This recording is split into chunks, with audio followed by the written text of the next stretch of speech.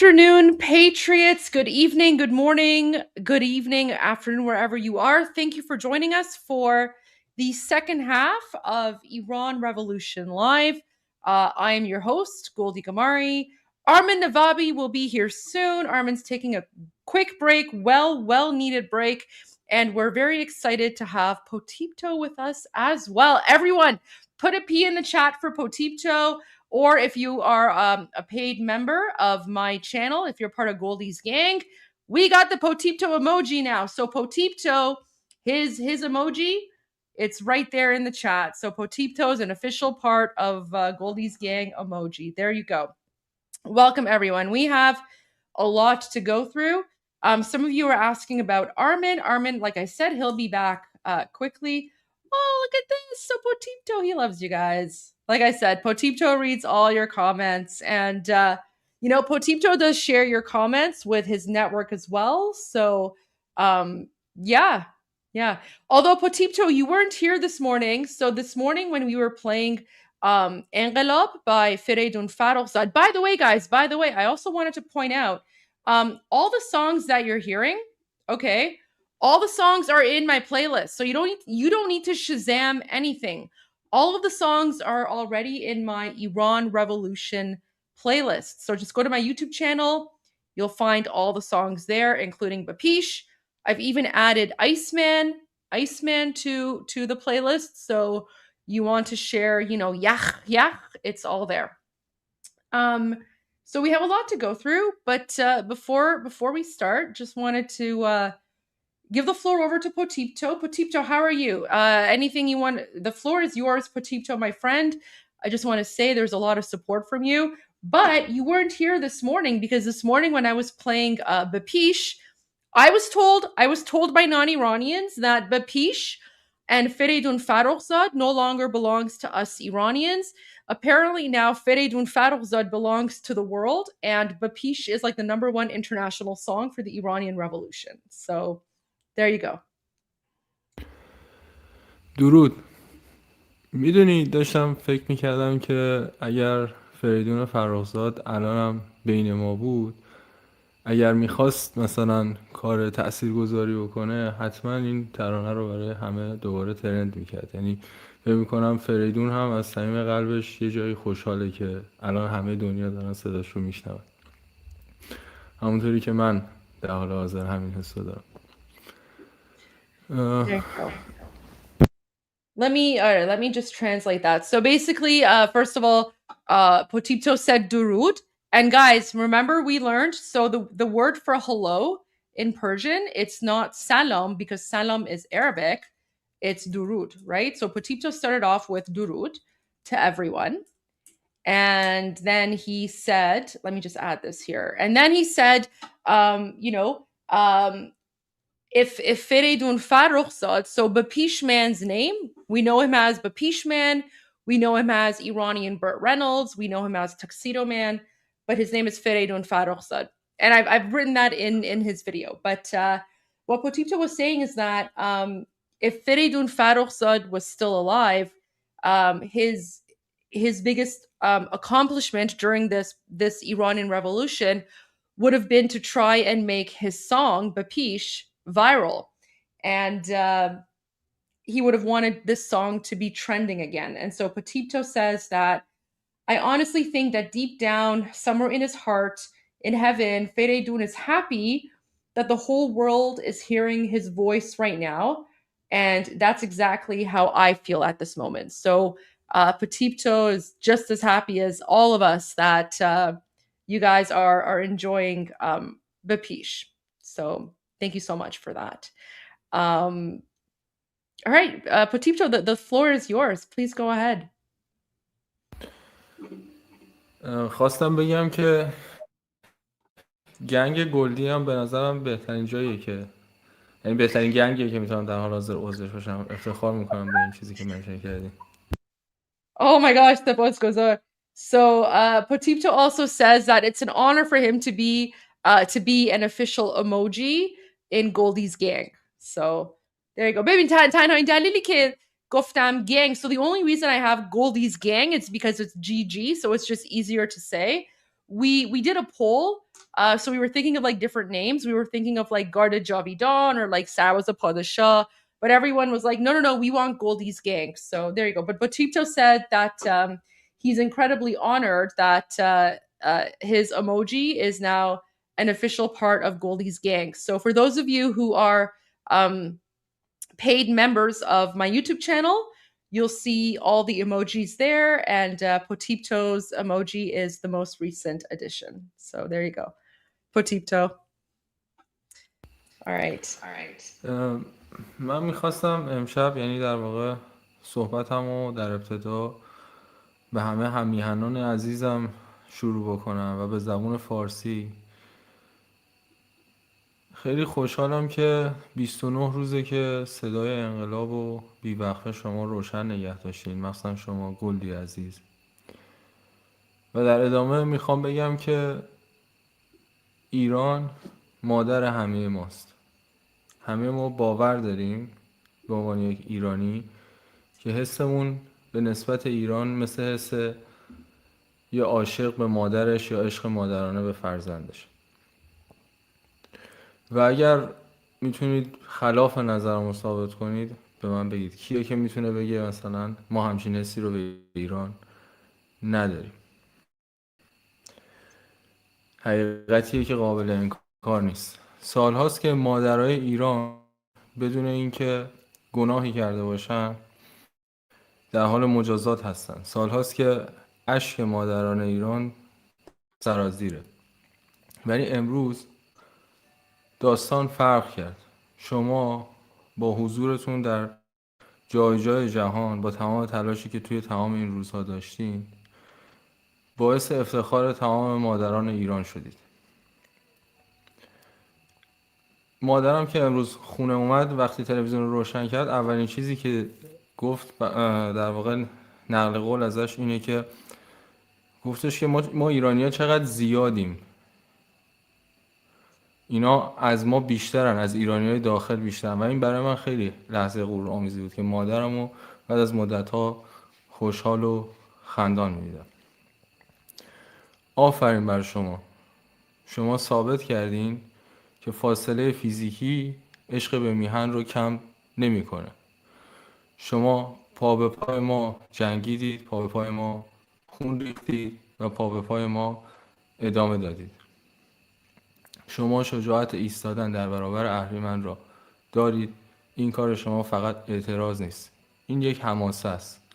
این شجاعت شما ستودنی است و من به شخص از طرف تمام همراهانم دست تک تک شما رو میفشارم. You know what, I'm gonna continue in English, so thanks for your patience and here we go.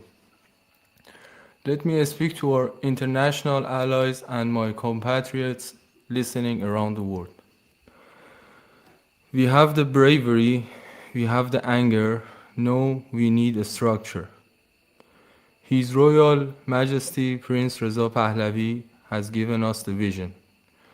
He is asking us to take this uprising to the next level. This is not just about changing a regime. It is about protecting Iran and guaranteeing a prosperous future for every single citizen in Iran and everywhere from the world. But how do we do it? We do not fight chaos with chaos. We fight chaos with order. We have built a union, a professional machine designed to dismantle the regime.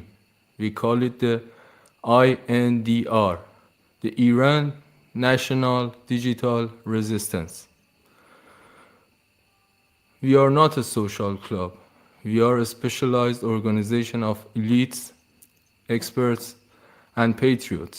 We operate on 4 simple, non-negotiable principles inspired by Prince Pahlavi. Number 1, territorial integrity. Iran stays one nation, no separation.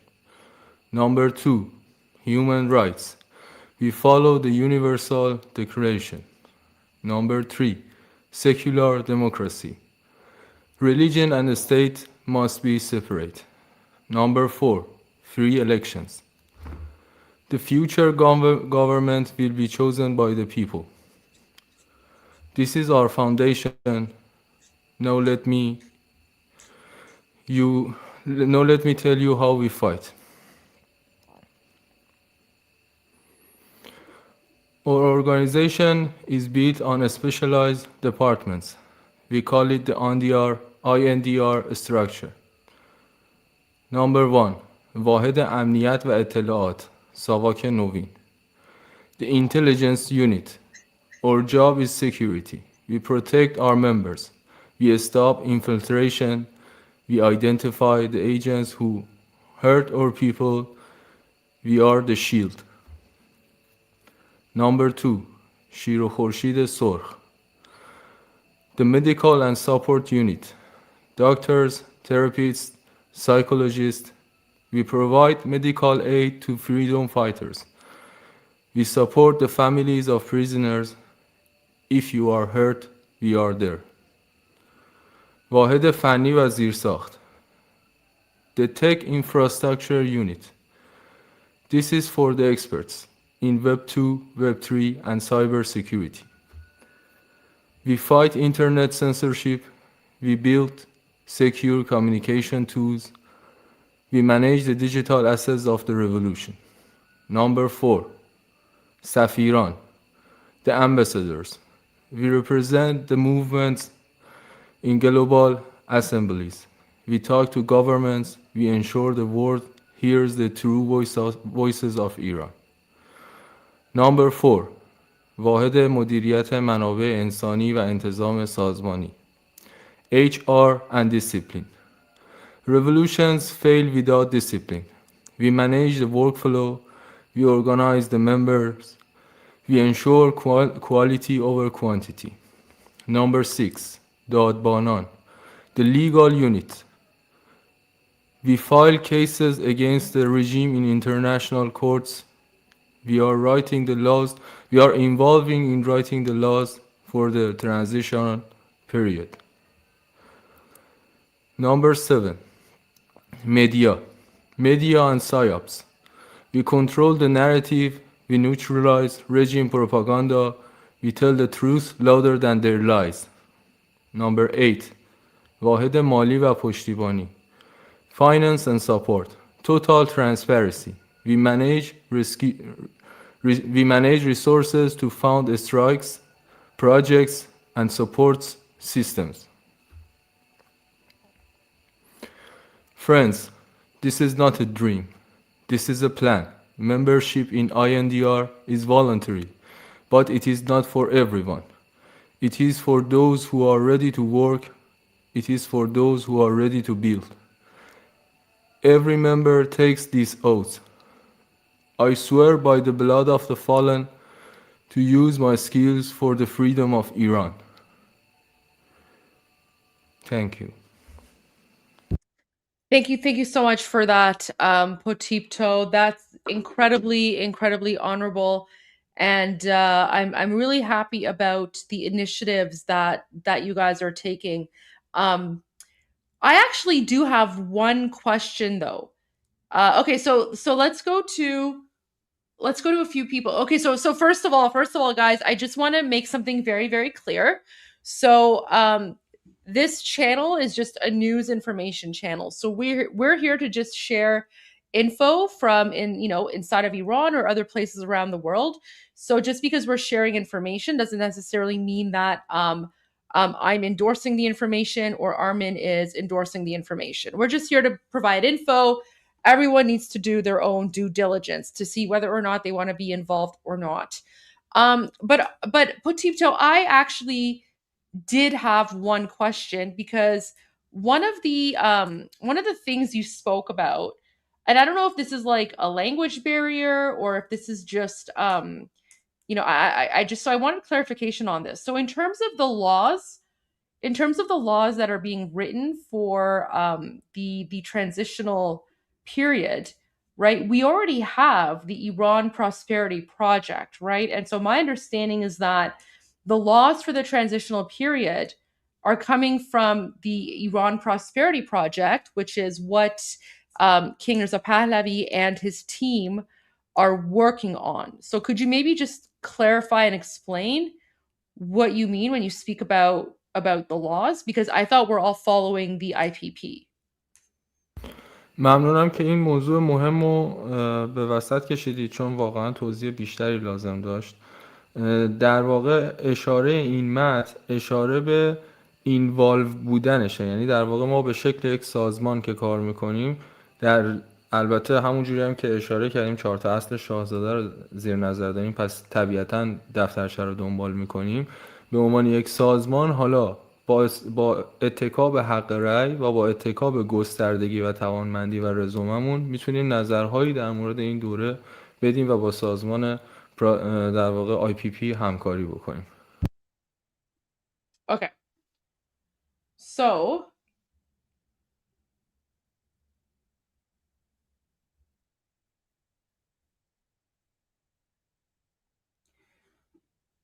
okay, so what they mean about the laws for the transitional government is that this I didn't like the first part didn't catch on ChatGPT because I didn't record fast enough. But basically what Potipto was saying is that this group supports the daftarche. Daftarche is the booklet. So daftarche is just short form for emergency booklet. So he's saying that this group supports the emergency booklet, and they will closely follow King Reza Pahlavi's 4 core principles. So we'll also follow his office as an organization.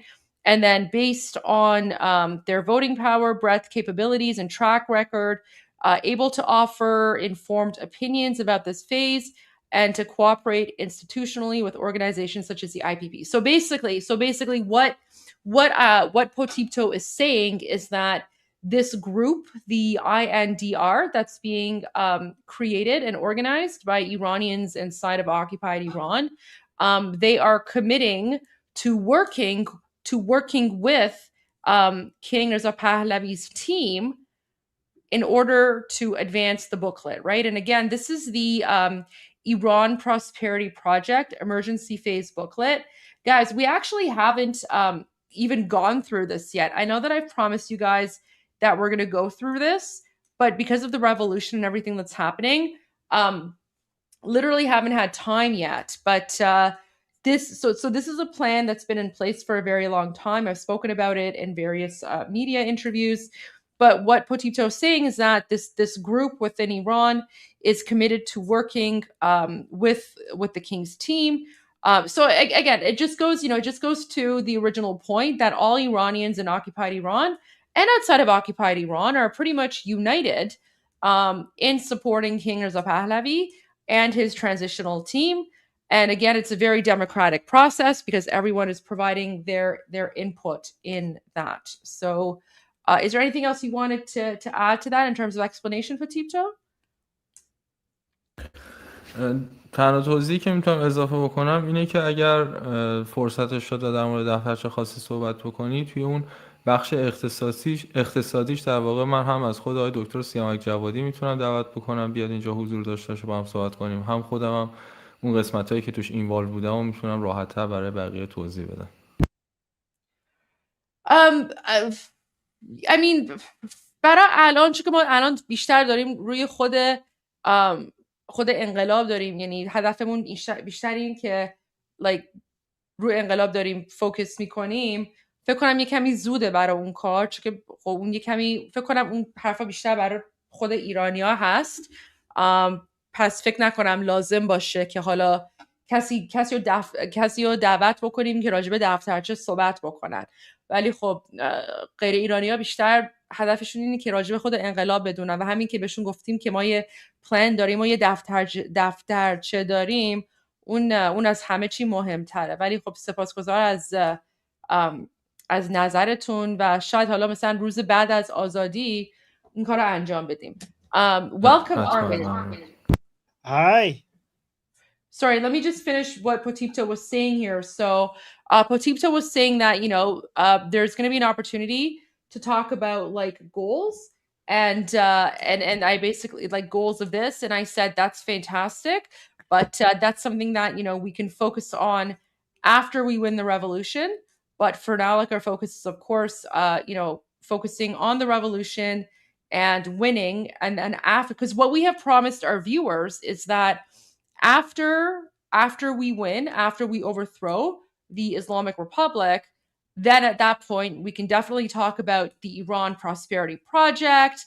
We can talk about all the various plans, and as you can see, guys, like this emergency phase booklet, right? This has been out since July of 2025, so anyone can go and find this on the website, right? And then all these people you see here, so all of these people have been involved in writing the Iran Prosperity Project. So it is, a very, very comprehensive plan, and we are more than happy to speak about it.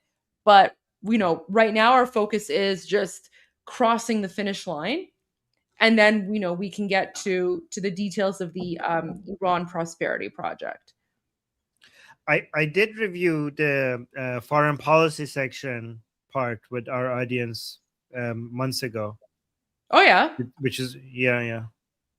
There you go. I think that's the most. I think Goldie. I think that's the most important part, because the rest is like, for non-Iranians, they might not be interested regarding the education, how the education system in Iran. I mean, some people would be interested, but I think the most interesting part to non-Iranians is the foreign policy section.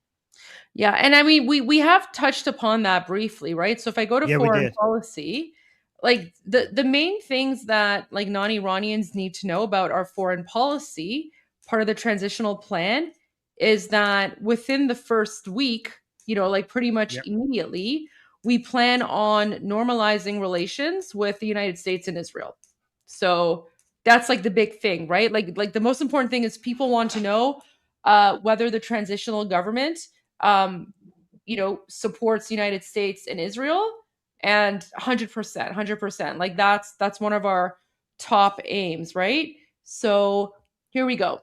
Rapid attainment of international legitimacy and formal recognition by major global powers, including United States, European Union, Israel, neighboring countries, India, China, and Russia. And where's it? Oh, here we go. Of priority. Yeah. Recognition and normalization with Israel, right? So the interim government will officially recognize the state of Israel and initiate normalization efforts without preconditions, marking a historic shift away from ideological hostility.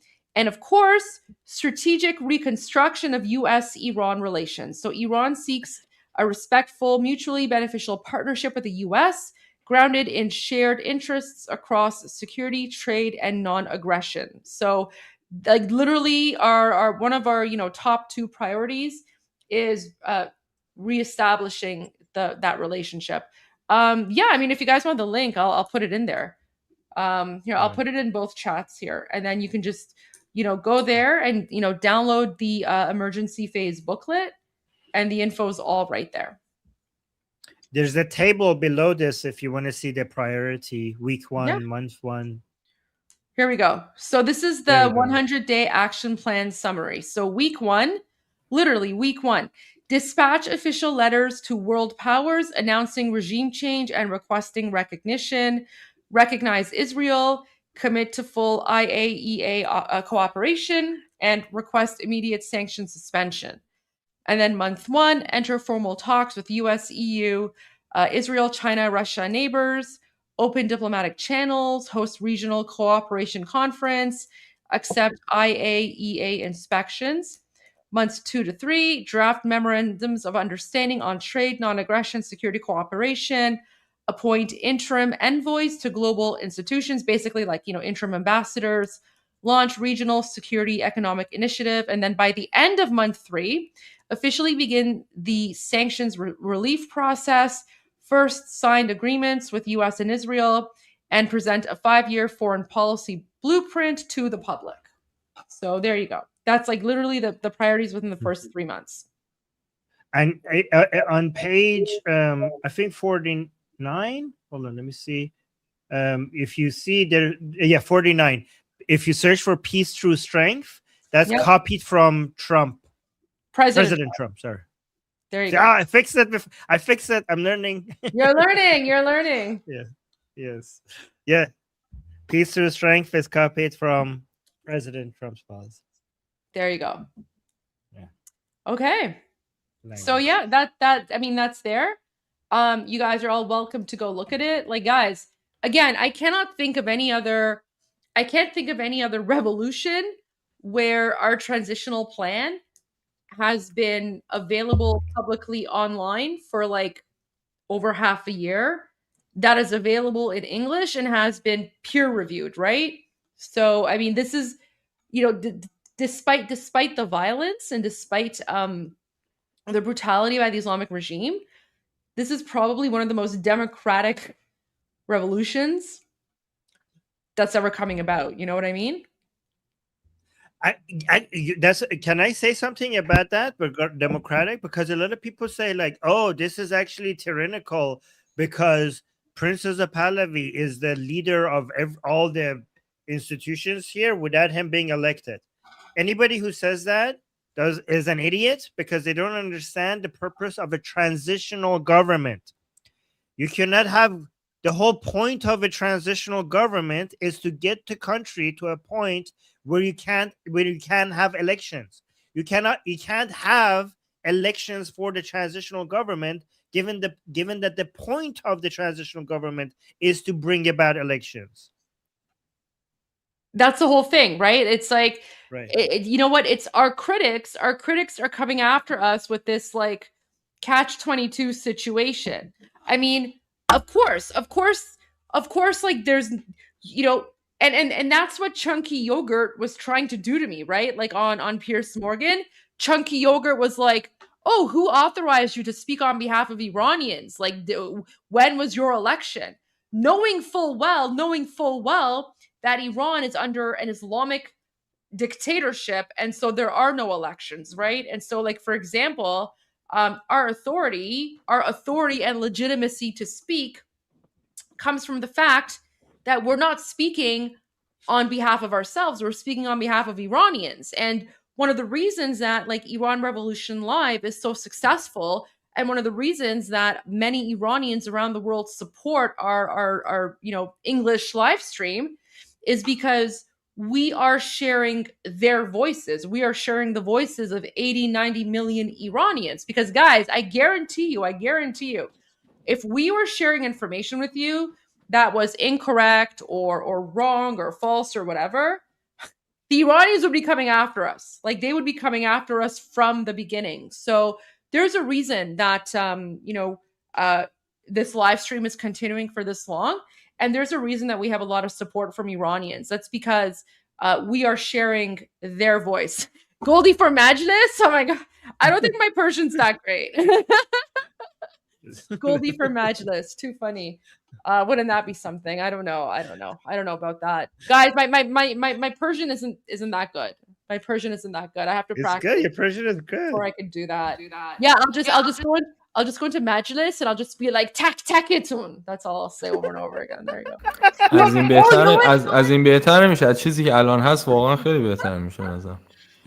Oh my gosh. So you know what? Petito's saying, based on what we have so far, Goldie would be much better. Sipas Gozar. Yep. Guys, you know what? Maybe that'll be my election campaign. Because you know how politicians have like, like a campaign motto? My campaign motto will just be like tak itun. There you go.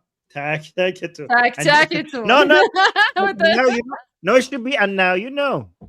And now you know. Yeah, Iranian here, yeah. And now you know. There you go. Yeah, but that's way far ahead. And honestly, like, guys, Armin and I, we're not doing this for anything like that. We're doing this because we care about our country, and we're here to raise awareness, and we just want to make sure that people, not just around the world, but in occupied Iran, have a voice. So I want Goldie to be the ambassador of Iran in Canada.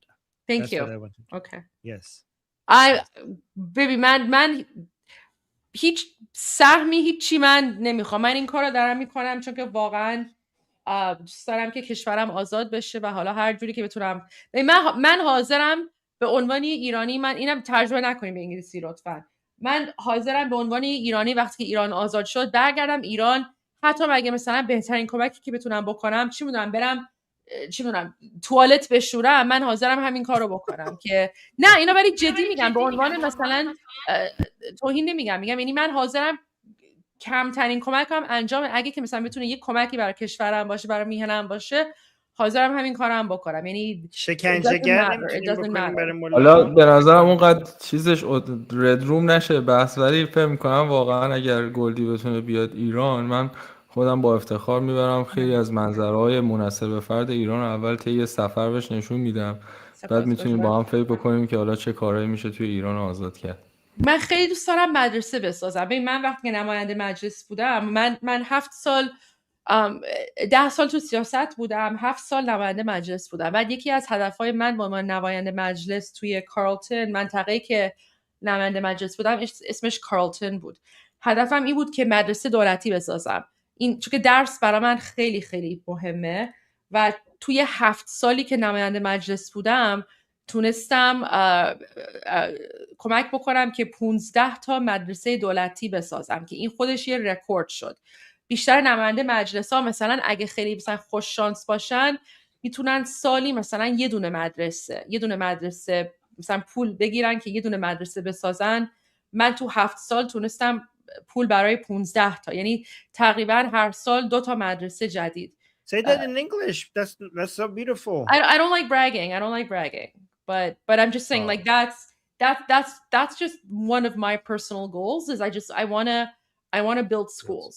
I want to help build schools, especially in very very poor and like rural parts of Iran. Like مثلا بلوچستان و چم جای اینجوری دیگه که مردم خیلی بدبختن، خیلی دوست دارم برم اونجا مدرسه بسازم. That would be such a good way to honor Mohammad Reza Shah because he was obsessed with building schools. Yeah, he was. حالا آرمین قبل از اینکه بیای من INDR رو توضیح دادم برای دوستان. اتفاقا خود بیشتر باش آشنا هستی. آره ببخشید میتونی اینو دوباره از ابتدا توضیح بدی، بعد آرمین میتونه ترجمه بکنه. کدوم قسمتش رو توضیح کامل؟ از ابتدا. دوباره انگلیسی بگم. ترجمه چت‌جی‌پیتی خوب نبود؟ نه ترجمه انگلیسی خیلی خوب بود، ولی میگم چون که آرمین نبود اگه میتونی یه بار دیگه مثلا به انگلیسی حالا یا به فارسی. آرمین جزئیاتش رو قبلا بهش گفتم، شخصی با هم بیشتر صحبت کردیم در موردش. اوکی خب باشه. به خاطر همین بهش گفتم که در جریان باشه که قبل از اومدنش من به این موضوع اشاره کردم، حالا اگه علاقه داشتیم بیشتر میتونیم در موردش صحبت کنیم، چون دقیقاً یکی از ویژن‌های INDR اینه که استفاده کنیم از تمام آدمای حرفه‌ای در جهت منافع و پیشرفت ایران. You can count on me. ولی یه موضوع دیگه هم بود، شما بیانیه شاهزاده رو در مورد کادر درمان خوندین؟ Yes, Goldie read it. Goldie, did you read the message that Prince Reza Pahlavi sent out his last statement about the healthcare workers? I'll bring it up right now. The healthcare workers, that was an important one. دقیقاً و ما هم یکی از ویژنامون همینه که بتونیم به صورت منظم و سازمان یافته یکی از کارهایی که بکنیم اینه که اسم و در واقع داستان‌های اینا رو کامل کنیم یا کانال‌های مالی و ارتباطی درست کنیم، همونطوری که همین الان هم داریم انجام میدیم خیلیاشو. Okay, so Patipto is saying that that part of their project is to categorize and document the people involved in providing healthcare services right now in Iran. Is that what you were saying? بله در واقع در INDR که حالا اگر مثلا کانال تلگرامش رو دوستان بتونن برن ببینن، اونجا من اساسنامه انگلیسی هم گذاشتم.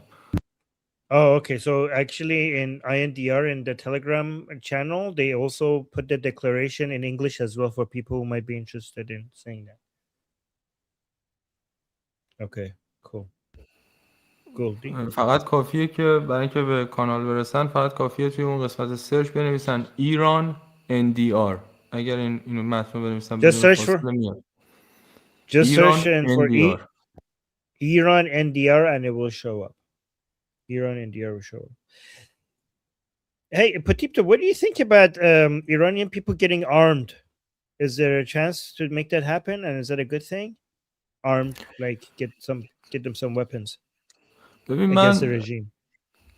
امشب یکی از شبایی که خیلی بیشتر فلسفی به قضیه نگاه میکنم و احساس میکنم این ترامای جمعی که به مردم وارد شد و اون زمزمه‌ای که از قبل همیشه بوده که شامل این میشده که حالا کلماتی که توی یوتیوب نمیشه گفت ولی انتقام‌های به خصوصی بوده که از نیروی سرکوب و آخوند و اینا میگرفتن، فکر میکنم این موضوع در نهایت به اینجا ختم میشود. یعنی اینجوری نیستش که نشه، اما احساس میکنم به عنوان یک اکت برای انقلاب این اتفاق رخ نمیده. انقلاب رخ میده و به عنوان یک اکت ریونج مردم طبیعتا دستشون به هر اسلحه‌ای برسه هر بلایی بتونن سر اینا میارن. برای همین اگه بخوام جواب کوتاه بدم اینه که روی این موضوع به عنوان یک موضوع اسنشیال برای انقلاب تمرکز نکنین. اگر رخ داد خب حالا باید ببینیم نتایجش چیه. So Potipto saying that this will happen regardless because of the trauma that the Iranian people experience. He thinks that at some point Iranian people will get their hands on weapons to get revenge for what the Islamic Republic just did. However, he thinks that we shouldn't be focusing of this as an essential part of the revolution, like as if this is needed for the revolution, and whether we do it or not, regardless of that, at some point the Iranian people would get arms, and this is going to happen regardless, right? But wouldn't it be good for us to actually, if it is going to happen, to try to make it happen sooner so that we change the balance of power between the regime and the Iranian people? Because the Iranian people are defenseless. So if they could get some weapons, and I'm not talking about weapons coming from outside, because I think that is really difficult to pull off. But rather than that, getting the Iranian people, getting the weapons that the IRGC has in their warehouses and their storage areas already inside Iran, somehow figure out a way for Iranian people to get access to that. ببین آرمین، نکته اول اینه که به خاطر احتمال شورش ارتشی ها بر علیه سپاه پاسداران و نیروی سرکوب خیلی از زاغه های مهمات ارتش رو خالی کردن. یعنی اسلحه هست ولی تیر برای شلیک کردن توی پایگاه ارتش در حال حاضر نیست. این اصلا یه موضوع اساسیه که بخوای برای این تئوری در نظر بگیری که چقدر امکان پذیر. نکته دوم اینه که همونجوری که خودت میگی توی شرایط غیر قابل پیش بینی و انقلابی هستیم. هر عملی طبیعتاً عکس‌العمل‌هایی داره و توی شرایط پیچیده و غیر قابل پیش بینی الان ما نباید بیایم تمرکز کنیم روی همچین عملی که میتونه خیلی عکس‌العمل‌های غیر قابل پیش بینی تری هم داشته باشه. شما داری در نظر میگیری که یک سلاح کشتار رو میدی به دست یک آدم آموزش ندیده و غیر هدفمند. همین خودش یه رسیپی فور دیزاستره. به جای همین میگم اگر خیلی علاقه داریم که ما بیایم این پروسه رو سرعت ببخشیم، که خودم به شخصه باور دارم ما میتونیم کاتالیزور باشیم ولی نمیتونیم زمان تعیین کنیم. اگر میخوایم این پروسه رو سرعت ببخشیم بیایم تمرکز کنیم روی کارهایی که هر کدوم از دستمون برمیاد. من یه سوال از تو میپرسم، فکر میکنی یک دونه اسلحه دست مثلا یه دونه کارشناس آیتی باشه چند نفر از جمهوری اسلامی رو میتونه بندازه؟ و اگر همون کارشناس آیتی ابزارش دستش باشه بخواد اتک‌های سایبری بزنه یا بخواد اطلاعات سایبری جمع بکنه از اونا، چقدر میتونه اکت تاثیرگذارتری داشته باشه؟ تمام چیزی هم که من توی آیدن بهش اشاره میکنم همینه. ببین یه راننده تاکسی، خب یه بقال، یه رفتگر، خب یه معلم، تو این شرایط تفنگ بگیرن دستشون، همین که نیروهای سرکوب ببینن که از طرف مردم یه تیری داره. اصلا من دارم در مورد تعداد کشته ها صحبت نمی کنم، شاید خیلی آموزش ندیده باشن ولی من فکر میکنم اینا خیلی ترسوتر از اون چیزی هستن که خیلی فکر میکنم. نه اجازه بده من یه لحظه من یه چیزی تموم کنم. من فکر میکنم همین که نیروهای سرکوب یه دفعه ببینن که از طرف مردم داره بهشون تیر زده میشه، خیلی هاشون میشاشن تو خودشون، دیگه نمیان بیرون. بعدم وقتی که میگه چه واکنشی ممکنه ببینیم، خب واکنش که بیشتره، یعنی دیگه واکنشی که مردم خیلی موقع ما نگران بودیم که اگه مردم مسلح بشن جمهوری اسلامی واکنش وحشتناکی خواهد داشت. خب الان که دیدیم مردم ایران مسلح نبودن، بدترین واکنش رو داشتن. دیگه چه واکنشیشه بدتر از این میتونه داشته باشه؟ بذار مسلح شن که حداقل ترس رو بندازیم تو دل نیروهای نظامی دیگه. خب اجازه میدی من دیدگاه تو با اطلاعات میدانی خورده بازتر بکنم؟ ببین اولا اینکه اینا چون مردم چوب Wait, دستشون can I tell people what we're talking about, because people آره will آره like, what بگو the hell بعد are من these میگم. درسته حق Yeah. شماست. So guys, me and Patipto are having a slight disagreement, friendly disagreement, regarding how much it makes sense to push for the Iranian people to get armed. So I am like on the side of like, let's like, it would be useful. Patipto is like thinking that we should be focusing on other things that will be more productive. Do you want me to explain more, or should I go into more details? So I think like, um, I'm saying that a lot of people were worried that if the Iranian people get armed, the Islamic Republic will react very harshly. I think that is based on how harshly they have already reacted. Like when Iranian people are unarmed, that concern goes away, because people are like, oh my God, they're going to kill thousands of people if the Iranian people get armed. Well, the Iranian people were not armed, and they already killed thousands of people. So given that they're already doing that without them being armed, it makes sense for them to get armed. And also, I understand that there are certain people that might be more productive in some other areas, like if a doctor could be more helpful, like treating people, like giving that doctor a weapon to go into the battlefield doesn't make any sense. He's more productive somewhere else.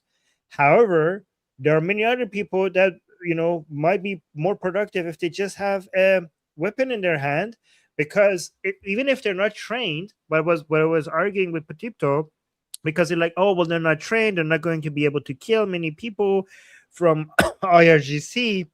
But my argument is that the IRGC they're just going to shit their pants as soon as they see some bullets flying in their direction from the people's side, and many of them are just going to be thinking to themselves like, oh my God, they are armed now, I'm not paid enough for this, and they're just going to go home. So even if you're not really good at using weapons, the moment that the suppressing forces realize that now they're dealing with some people who have guns, it's already going to scare them enough for a lot of them to go home, and not at least not show up anymore.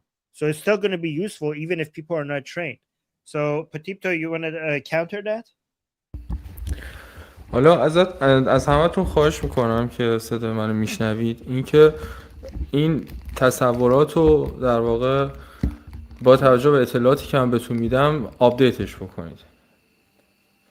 خیلی مهمه که در واقع من پوینتی که در مورد بتلفیلد دارم، نکته اولش اینه که نکته خیلی واضح و بدیهیش اینه که بتلفیلد طبیعتا یک فرمانده داره و فرمانده ما به عنوان یک نیرو در حال حاضر شاهزاده رضا پهلویه و شاهزاده رضا پهلوی اگر فرمان بده ما مسلح بشیم، بهت قول میدم زن و مرد و پیر و جوون با هر چی دستشون بیاد میان تو خیابون. خب این یه نکته خیلی کلیدیه که بالای حرف فرمانده فعلا حرفی نزنیم.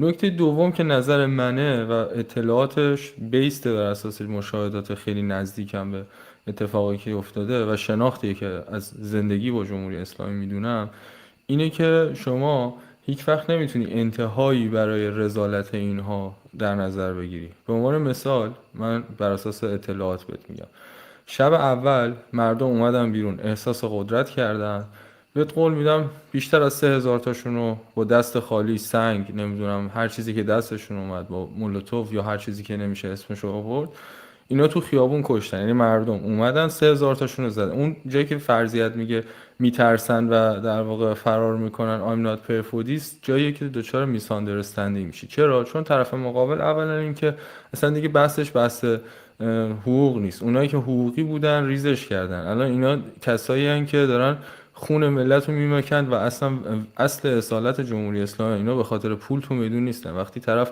انقدر آدم کثیفیه که قناصه برمیداره سر مردم و هدف میگیره، به خاطر پول این کارو نمیکنه. به خاطر این کارو میکنه چون مردم اومدن روز قبل 3000 تاشون رو کشتن، اینا میخوان هر کدوم 100 تامون رو بکشن، بشین 30000 تا، بشین 40000 تا.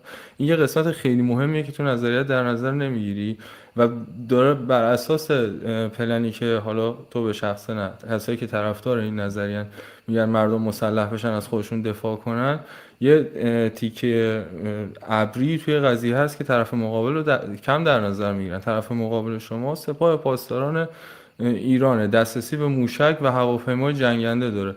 بعید نیست اگر یه شهر مردم بیان بگیرن دور و برش رو سنگر بچینن و در واقع کل شهر رو فتح بکنن، بمباران کنه شهرهای خودی رو. اینجا جاییه که میگم خیلی خیلی باید حساس باشین و دعوت به همچین کار با هزار تا آدکام غیر متفاوت خیلی مسئولیت سنگینیه. Okay, so Patipto's counter to my points was that the information that he's giving us is based on his observation on the ground and his lived experience with the Islamic Republic. So that's, but before he wanted to say, before going into the details he wanted to give us, he also mentioned that first we have to understand that we have a commander. And if our commander, for example, one day comes and says that Iranian people arm yourselves, then there's no opinion above his opinion. And that's what everybody would do. And that's what every one of us would do. So obviously, and I also agree with that. I also agree that if, for example, if Princess of Pahlavi says, don't get armed, we won't get armed. If he says, do get armed, we will get armed, right? There's nothing above his word, right? But right now he hasn't said get armed or not get armed. So we could have opinions, we could discuss our opinions about this. So then Patipto says, my opinion based on real observation on the ground is that there is no limit to the evil that the Islamic Republic can do. So they could go basically much higher than they have, right?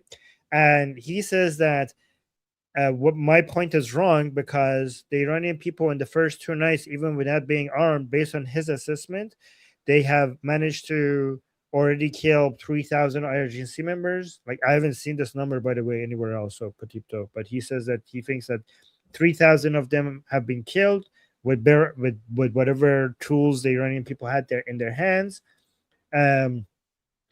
And if my theory is correct, that if they're scared, they would just run away, that is not true, because all the people who were working for money, they have already defected.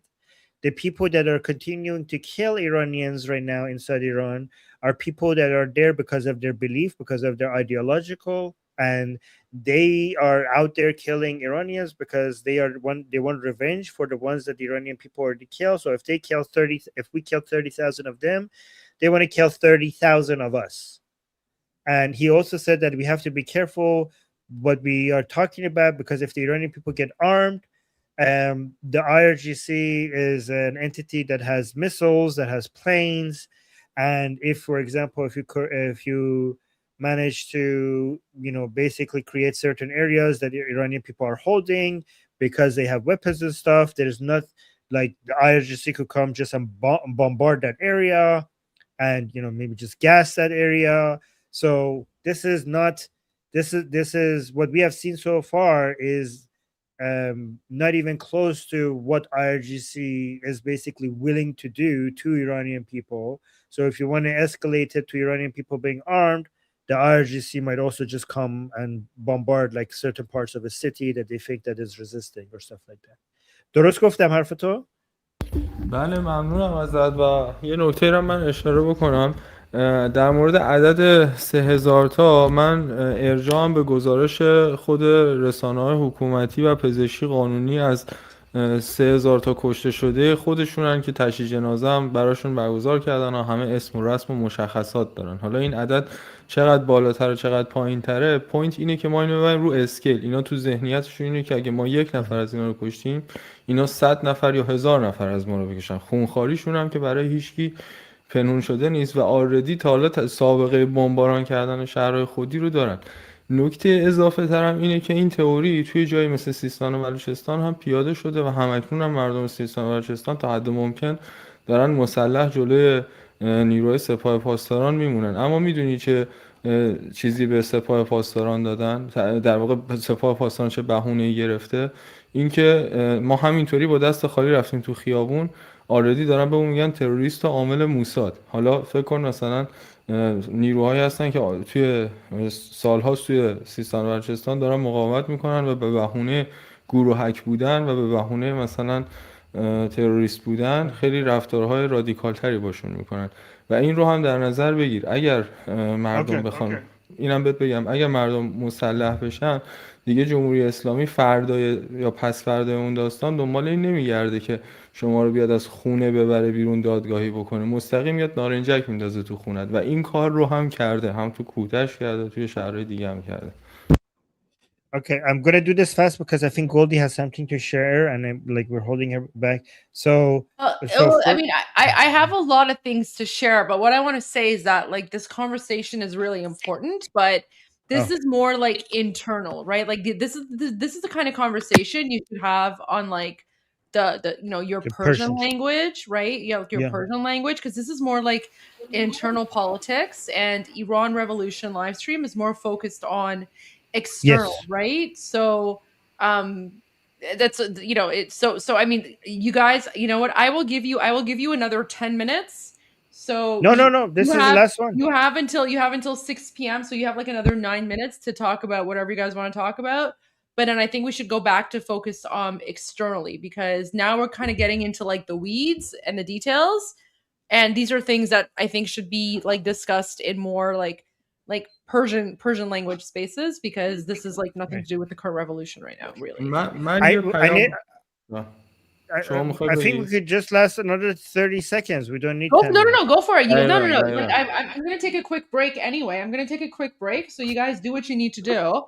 Like, listen, no. This is guys, this is a very important conversation, but it's just very, very like nitty gritty. And now we're getting into like the weeds of these things. And I know because it's a lot of detail, and because the two of you are just speaking in Persian, the majority of our audience doesn't speak Persian, right? So we also have to make sure that we're communicating in English, because this is like English facing channel. So Patipto, how about we discuss this under our Persian? Like, I'm gonna put the link to the Persian channel in the chat for people. If Patipto and I could discuss this over there, is that okay, Goldie? Yeah, no, 100%. Yeah. Okay. I mean, it is a very, so like guys, it's still very, very important, right? Okay, so Americans are saying it's interesting for them too. So all right, I mean, if you guys want to continue, but Armin, you're just gonna have to continue translating so that people understand what's going on. So like every like few minutes, make sure that you're at least like translating to English. So I mean, if the audience appreciates this, I mean, I'm totally down with this conversation. I think it's an important conversation, right? So yes. I will translate what Patipto said so far. But guys, I put for Iranians watching, I put the link to the Persian channel. And Patipto, would you be interested in, because I already did a show on the Persian channel with Patipto. Would you be interested in having more discussions there, Patipto? Okay, good. All right. But a lot of our viewers are saying that they want to hear more. Armin, also, you weren't here when we were speaking about the ice storm. So there's a huge ice storm happening. Yach storm. The Yach storm, yes. And so what I was told by many of our viewers is that everyone is stuck home inside. And so they're tuning into the show. So so everyone wants to know what's going on. Okay. And then they were also talking. Oh, and then Armin, someone also Googled the word for snow in Persian. Barf. But then everyone was making barf jokes.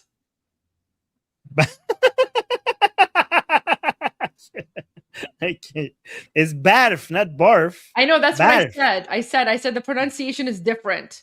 So all the Americans and Canadians were talking about the barf storm. Barf storm. Okay. Yeah, it's barf. I know. Barf. I know. Okay. All right. No, but okay. So guys, listen.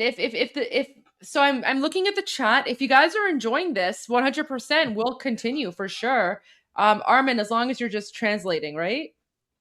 Yes, of course. Okay. All but right. I think I might have forgotten, but the last part.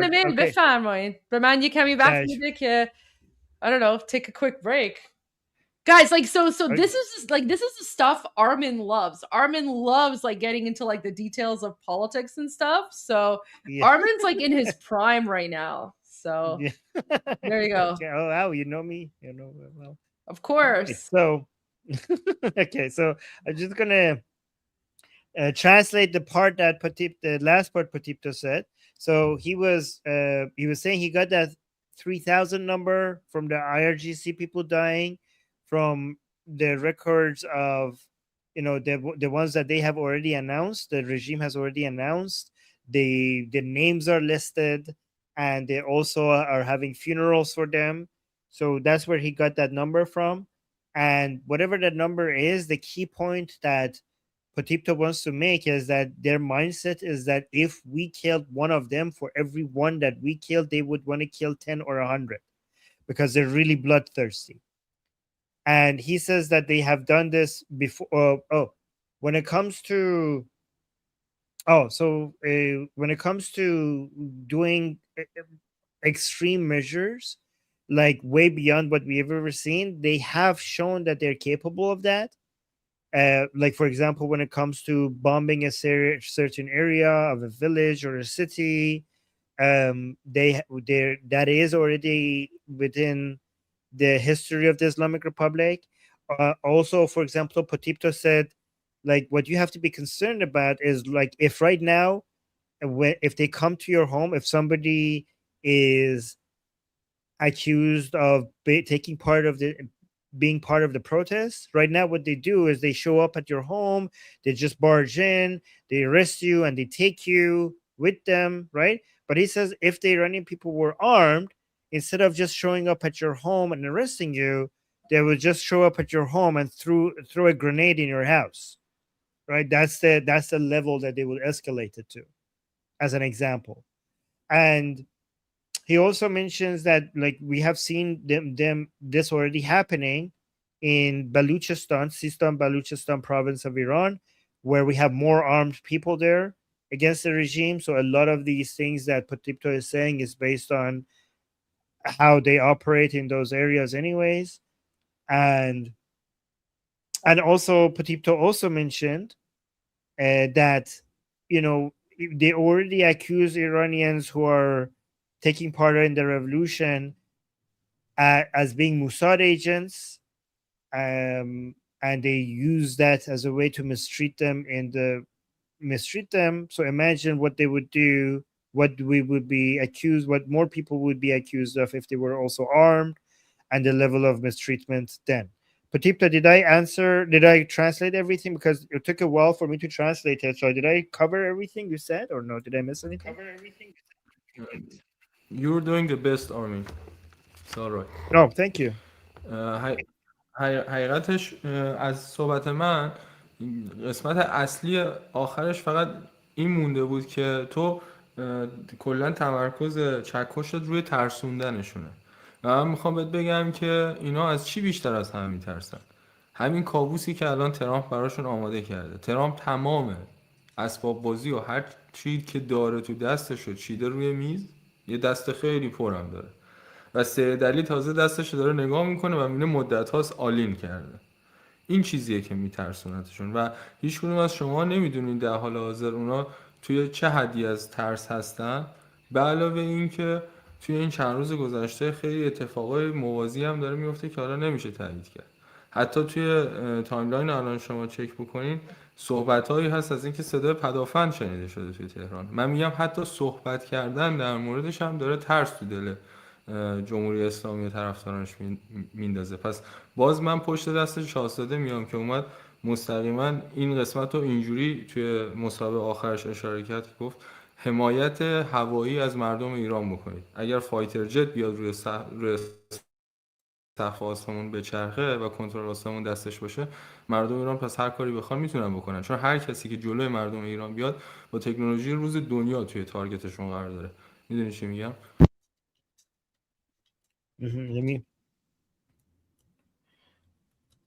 So Patipto is saying, let me see. So Patipto is saying that the reason why I wanted the Iranian people to be armed is because what I'm focusing on, me as Armin, is a strategy to make sure that IRGC is experiencing fear. So I am focusing on fear, putting the fear in the hearts of the IRGC people, and I'm very focused on that. And Patipto is saying, based on that line of thinking that I have, that that's the reason why the Iranian people should be armed, then I should be asking myself, what is it that the main thing that they are afraid of? And he adds that the main thing that they're afraid of is basically Trump and all his toys. um and you know, they you could see all the tools that Trump has at his disposal, compared to what the Islamic Republic has, which is basically nothing compared to United States. And everything that is happening right now, that is the main way to put to make sure that, you know, they're experiencing the terror that we had in mind, especially given that we're now hearing about some drones going around. And um, you know, we're hearing some drones in specific areas. And also Patipto mentioned that even talking about this, like even mentioning about United States coming and doing a strike, this just them mere talking about it is making them really afraid. And he also says that he also makes a point that his way of thinking is in line with bit. Can you mute your mic? I'm hearing myself. Okay, testing. Okay, there we go. So is in line with with the with what Prince Reza Pahlavi recently said regarding requiring aerial support, and also, you know, the fact that United States coming in and just having some fighter jets to support the Iranian people, that would be able to make the Iranian people do whatever they want. Because if anybody would want to attack them, then they would have to be fighting against the greatest, the most technologically advanced military equipment in the world. Which now I want to push back against Patipto, because I actually think that as scary as Trump's toys are, I actually do believe that that the Islamic Republic's number one fear is the Iranian people, more than even United States and Israel. Don't you agree, Patipto? Aren't the Iranian people the greatest nightmare of the Islamic Republic? Because I think based on their calculation, let me add this before you say, because I think based on their calculation, no matter how many aerial bombardments that they get, at the end of the day, they're never going to be toppled until there are some boots on the ground. And their only boots on the ground are the boots of the Iranian people. So the only thing that could actually topple the Islamic Republic are the Iranian people. United States and Israel can help, but the only thing that ends the Islamic Republic is the Iranian people. And that's why I think the Islamic Republic fears the Iranian people more than it even fears Israel or United States. Do you agree with that or no?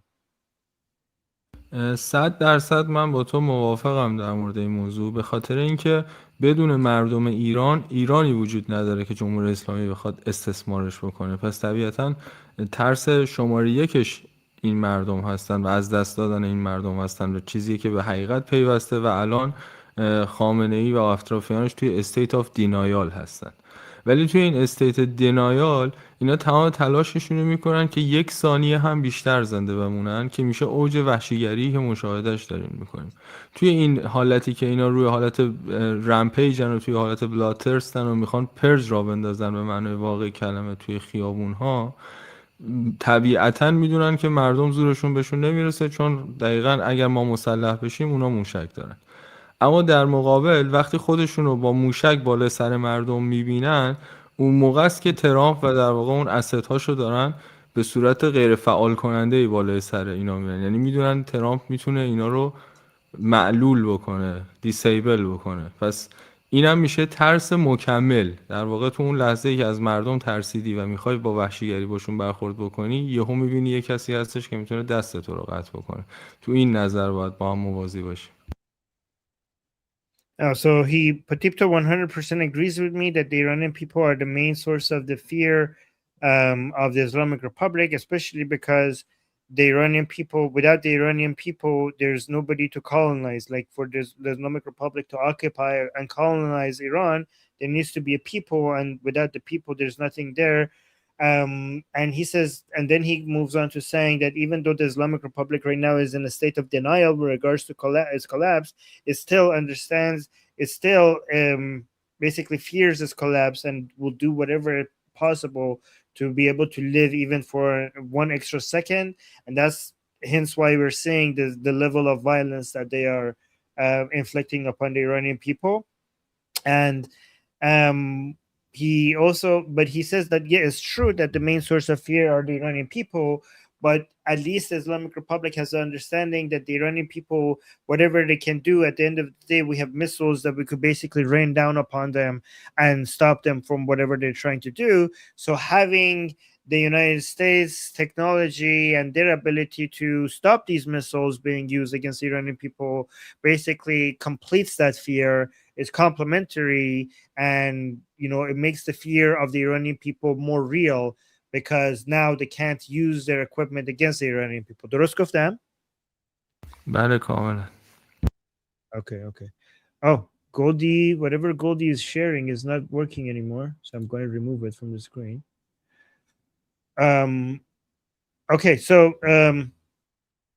چیز ولی ببین همه حرفات درسته، خب ولی من نمیدونم که تو چیزی که تو داری میگی اینه که let me say this English. What you're saying is that everybody remaining is ideological and they're not doing this for money. Because my theory is that as soon as the suppressing forces, as soon as they see some Iranians shooting in their direction, a good, not all of them, but a good portion of them would run away.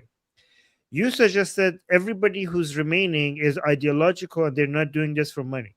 I think it's I don't think it's either or. I don't think like right now the people who are shooting at the Iranian people in Iran, I don't think they're 100% doing it for money, and I don't think it's 100% ideological. I think it's a mix.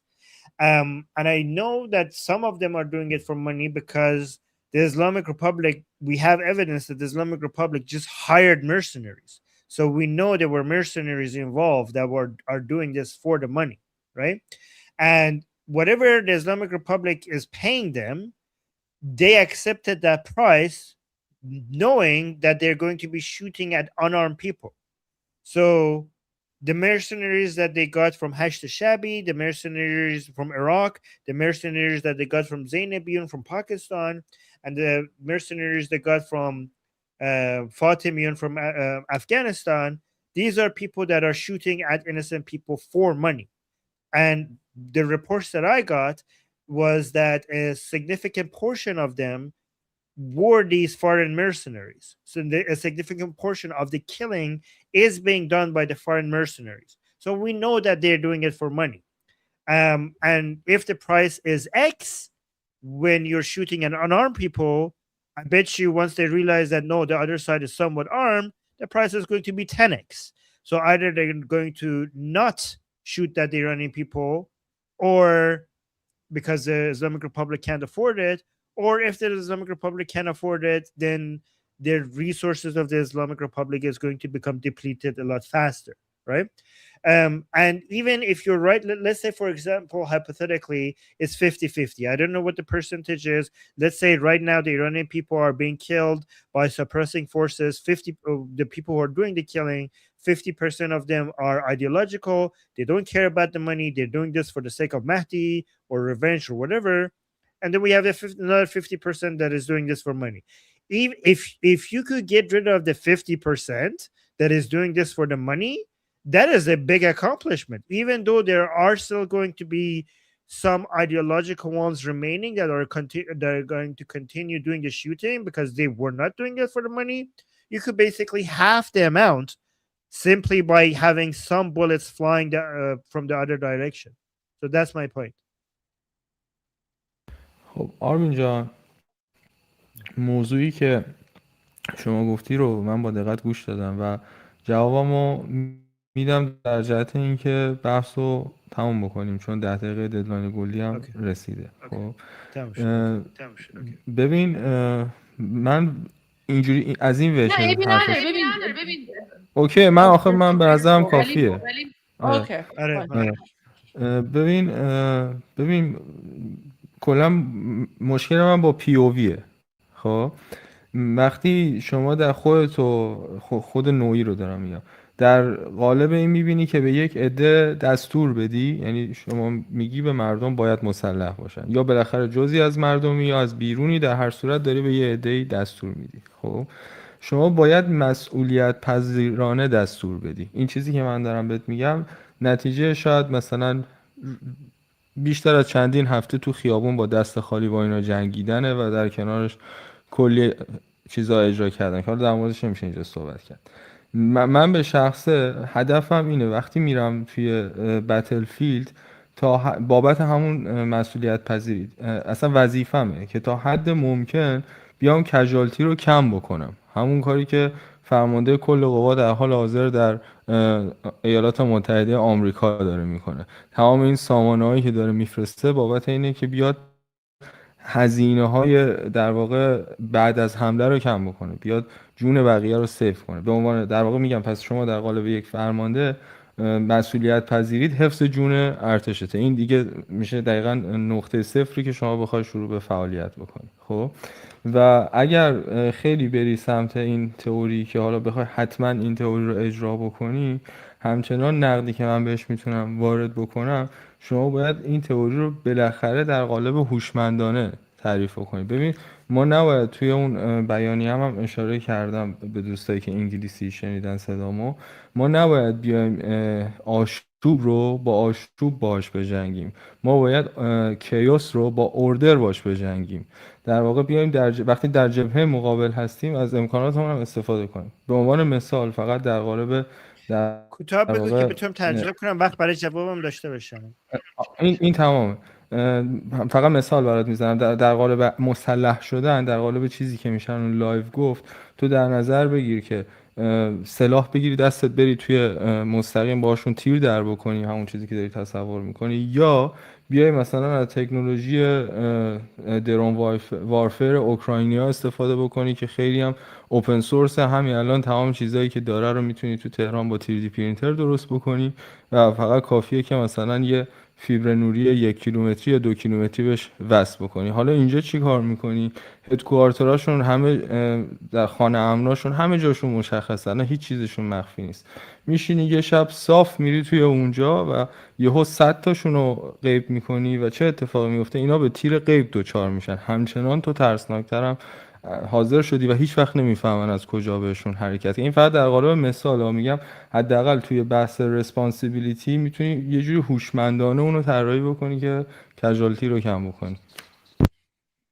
Okay, I will translate this and then I'll do a quick response and I'll keep it short, okay? So you said that, Armin, if you're putting yourself in a position of ordering people, whether from inside Iran and outside of Iran, regarding what to do, you have to accept the responsibility of what that order is.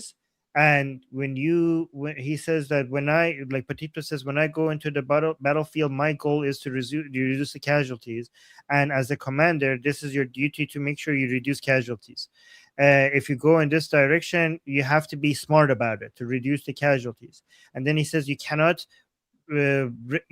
fight their chaos with your chaos. You have to fight chaos with order. And then he says, instead of just shooting at, getting armed and shooting people, like one thing you could do is think about more high-tech stuff, like the Ukrainians' drone technology, how they use the high-tech technology. And for example, something like that, you could basically plan an attack in a way that you could take out 100 of them at a night or something. He was very specific about the methodology. I'm not going to go into the details, but he was basically describing, like, for example, a high-tech method of using drones to basically make them scared. So my quick response is that I was never Patipto in acting like I was in a position to order anybody everywhere. I was just brainstorming, and these are what I'm thinking, and like putting it out there for people to tell me what they think about it. I was never ever at all suggesting that, oh, here's my order to from outside Iran, here's my order to Iranian people inside Iran. Like, I would never ever dare suggest that I'm in a position to do that. I was just thinking out loud and people to see what other people think. So I'm not at all ordering anybody to do anything, right? And so yeah, and I do believe in reducing casualties 100%. And I think that, what I'm thinking is that this does reduce casualties if many of the paid mercenaries see that they're being shot at, they're going to go home, and they're not going to show up to do their job that they're being paid for, which is going to save lives. So in my opinion, that might actually reduce casualties. I might be wrong. I'm just thinking about it. And yeah, so I mean, I don't know, like, what do you mean by we should fight chaos with order, not chaos with chaos? I just think that if you have less mercenaries of the Islamic Republic present, that's a good thing, right? That's the way I think about it. And when it comes to the high-tech method that you mentioned, yeah, I think like that's good if you could add that, but it doesn't have to be an either or. If you could come up with a high-tech method using drones to give us an advantage, sure, like, but it doesn't negate the fact that it could also be useful to have put some guns in the hands of some Iranians in the streets. Why not both? Like, why do we have to choose? Why can't we do both? So that was my response. Can we go to the But yeah, ببین yeah, let's go. آره منم میخوام همین رو اشاره بکنم. فکر می‌کنم But I have to من let's do this on the Persian side. آره من خواستم دوباره تاکید کنم. آره من داشتم دوباره تاکید بکنم که دقیقاً به خاطر میگفتم شما نوعی اشاره نکنم که شما همچین کاری میکنی و چه پرفکت تایمینگی که دقیقاً همزمان با صحبت ما الان توی چندین جای ایران داره صدای انفجار شنیده میشه. یعنی من از اهواز خبر گرفتم، از تهران خبر گرفتم، حالا گلدی ادامه میده. Wait, Ahvaz? We're getting explosion sounds آره in different parts. اینا تایید نشده است، ولی از اهواز خبر گرفتم. تهران تا فیلم درون داره بیرون میاد، ولی از اهواز خبر گرفتم. Okay, so we are getting breaking live news. Potipto just confirmed. Boom booms? Boom booms are being heard. Boom booms are being heard around Iran. So it's still, being confirmed, but he said that Ahvaz, the city of Ahvaz, is confirmed. Again, Ahvaz is the city that I was born in. And کانفرم نشده اهواز. هیچ کدوم از اینا کانفرم نشده. خیلی خطرناکه الان نبوده صحبت کنیم. بله. Okay, so he says they're hearing reports, but it's unconfirmed. But here's a video. Here's a video of an explosion was heard at the same time. An unidentified object was sighted over Niavaran, Tehran. So Niavaran is a district in the capital city of Tehran. So let's watch this video and see what's going on.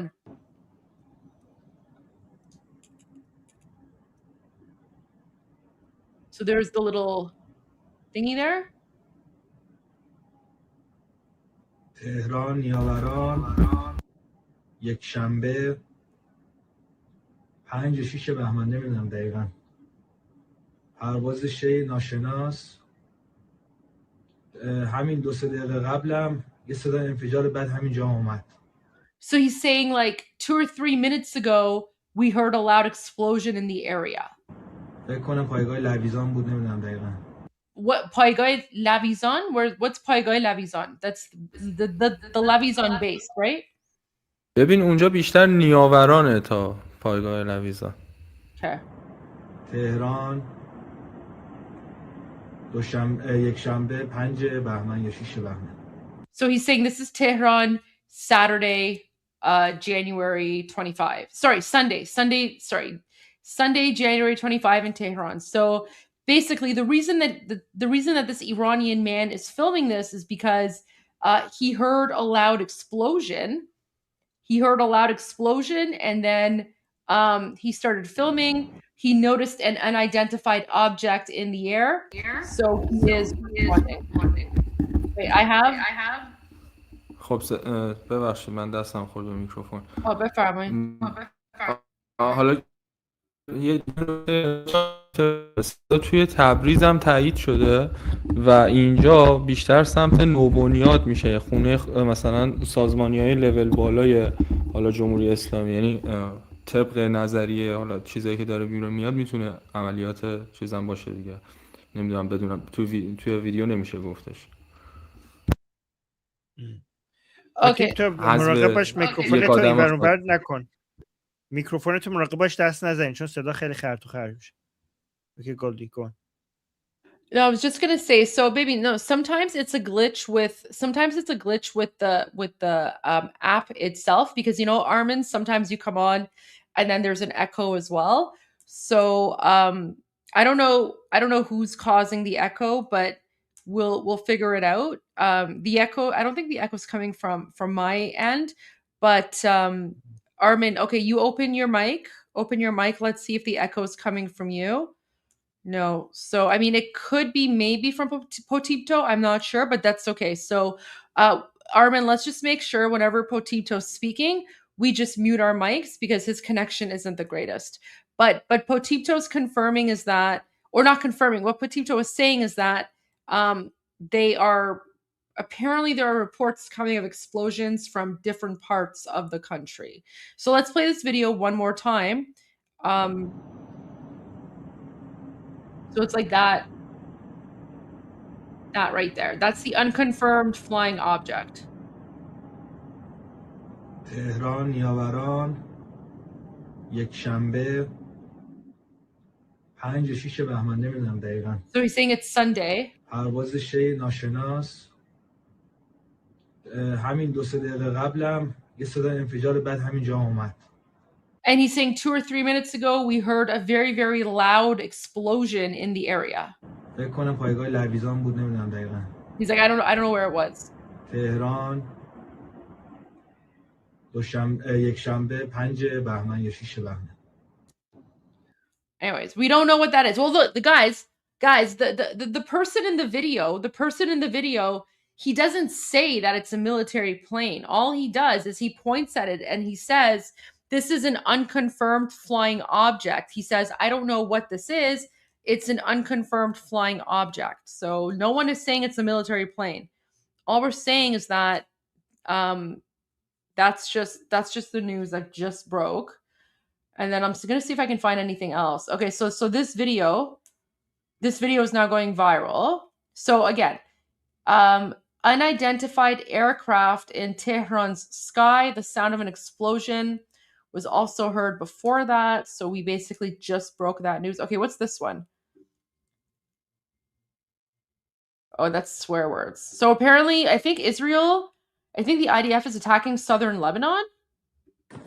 يا زهراء يا زهراء يا زهراء يا زهراء يا زهراء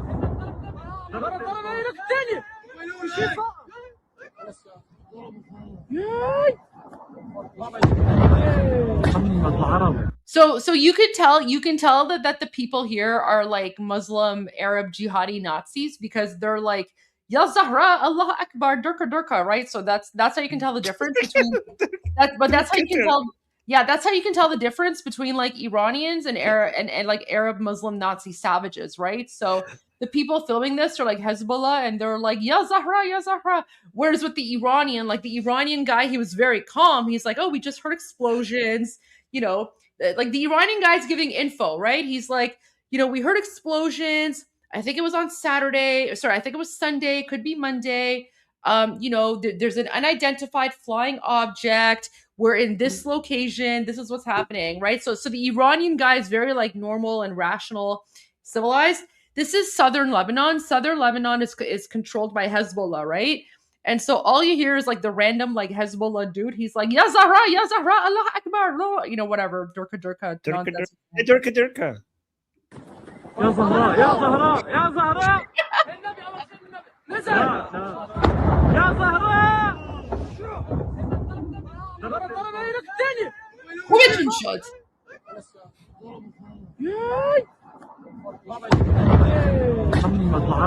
Muhammad or something. I don't know, man. They're like Muhammad Zahra, Ya Zahra. I don't know. What are they saying, Armin? Can you translate what the Muslim Nazis are saying here? I think they're saying Zahra's Muhammad, like Zahra of Muhammad or something. I don't know, Muhammad is man. Zahra or something. I don't know. Zahra, the daughter of Muhammad.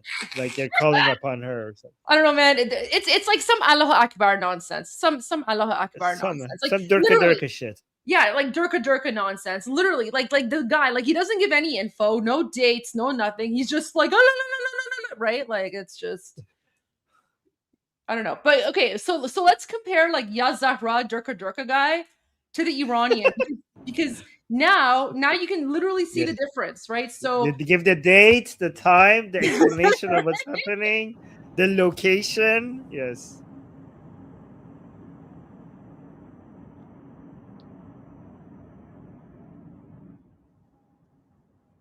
تهران نیاوران so Tehran, Niavaron, یک شنبه Sunday, 5 و 6 بهمن نمیدونم دقیقا it's like 5 or 6 پرواز شی ناشناس unconfirmed flying object. همین 2-3 دقیقه قبلم یه صدا انفجار بعد همینجا اومد And he's like 2 or 3 minutes ago, we also heard a very loud explosion in the area.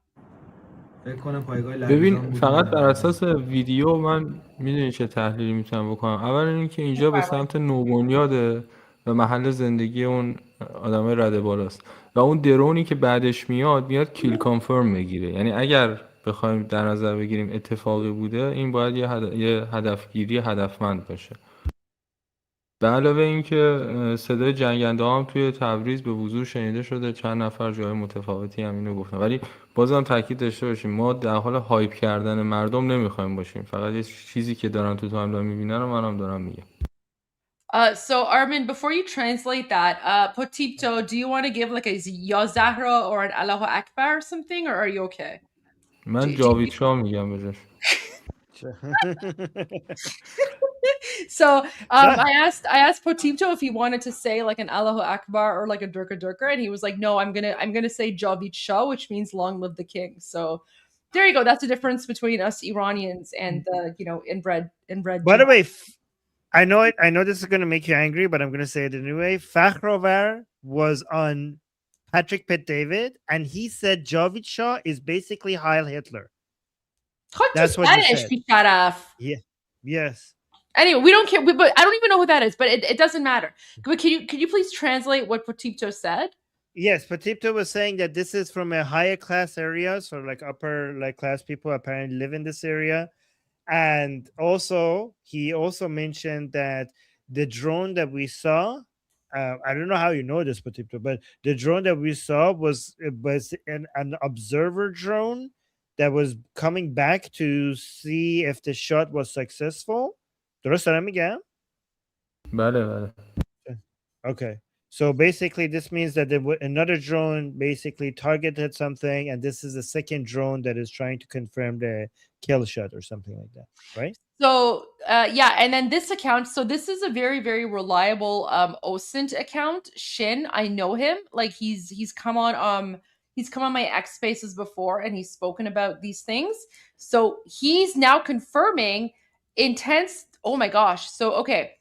So he says, I've seen the video from Nia Varon of Tehran.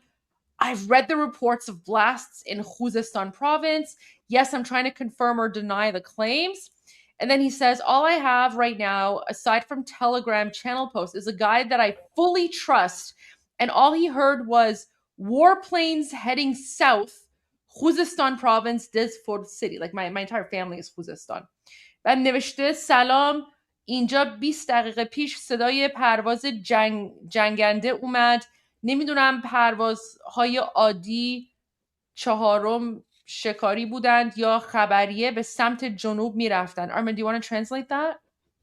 سلام اینجا 20 دقیقه پس صدای پرواز جنگنده so he's saying hi here 20 minutes ago we heard the sounds of fighter jets نمیدونم پرواز عادی چهارم شکاری بودن یا خبریه.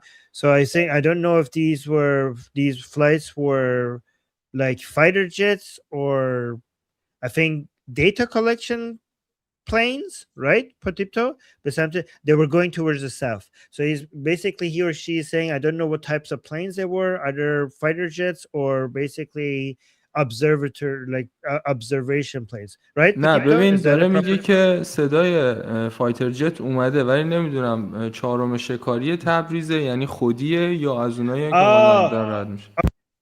so sorry, I mistranslated this. So the first part was right. He's saying 20 minutes ago he's heard fighter jets, but he doesn't know if they are belong to the Islamic Republic or belong to the other side, right? Correct? درست گفتم؟ And بله چون دیشب هم در واقع صدای پرواز پرنده شکاری می اومد توی تهران اون ولی خودیا بودن که داشتن آسمون رو پاترول میکردن. Oh, okay. So he doesn't know if they belong to the خودی که نه, the Islamic Republic or to like Israeli or American, but they were flying towards the south. Goldie, I sent you another tweet.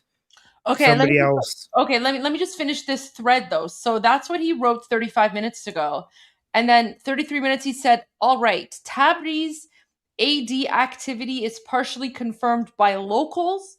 So guys, Tabriz and Khuzestan are like as far apart as you could possibly think. Like Tabriz is like, oh no, sorry, not far apart.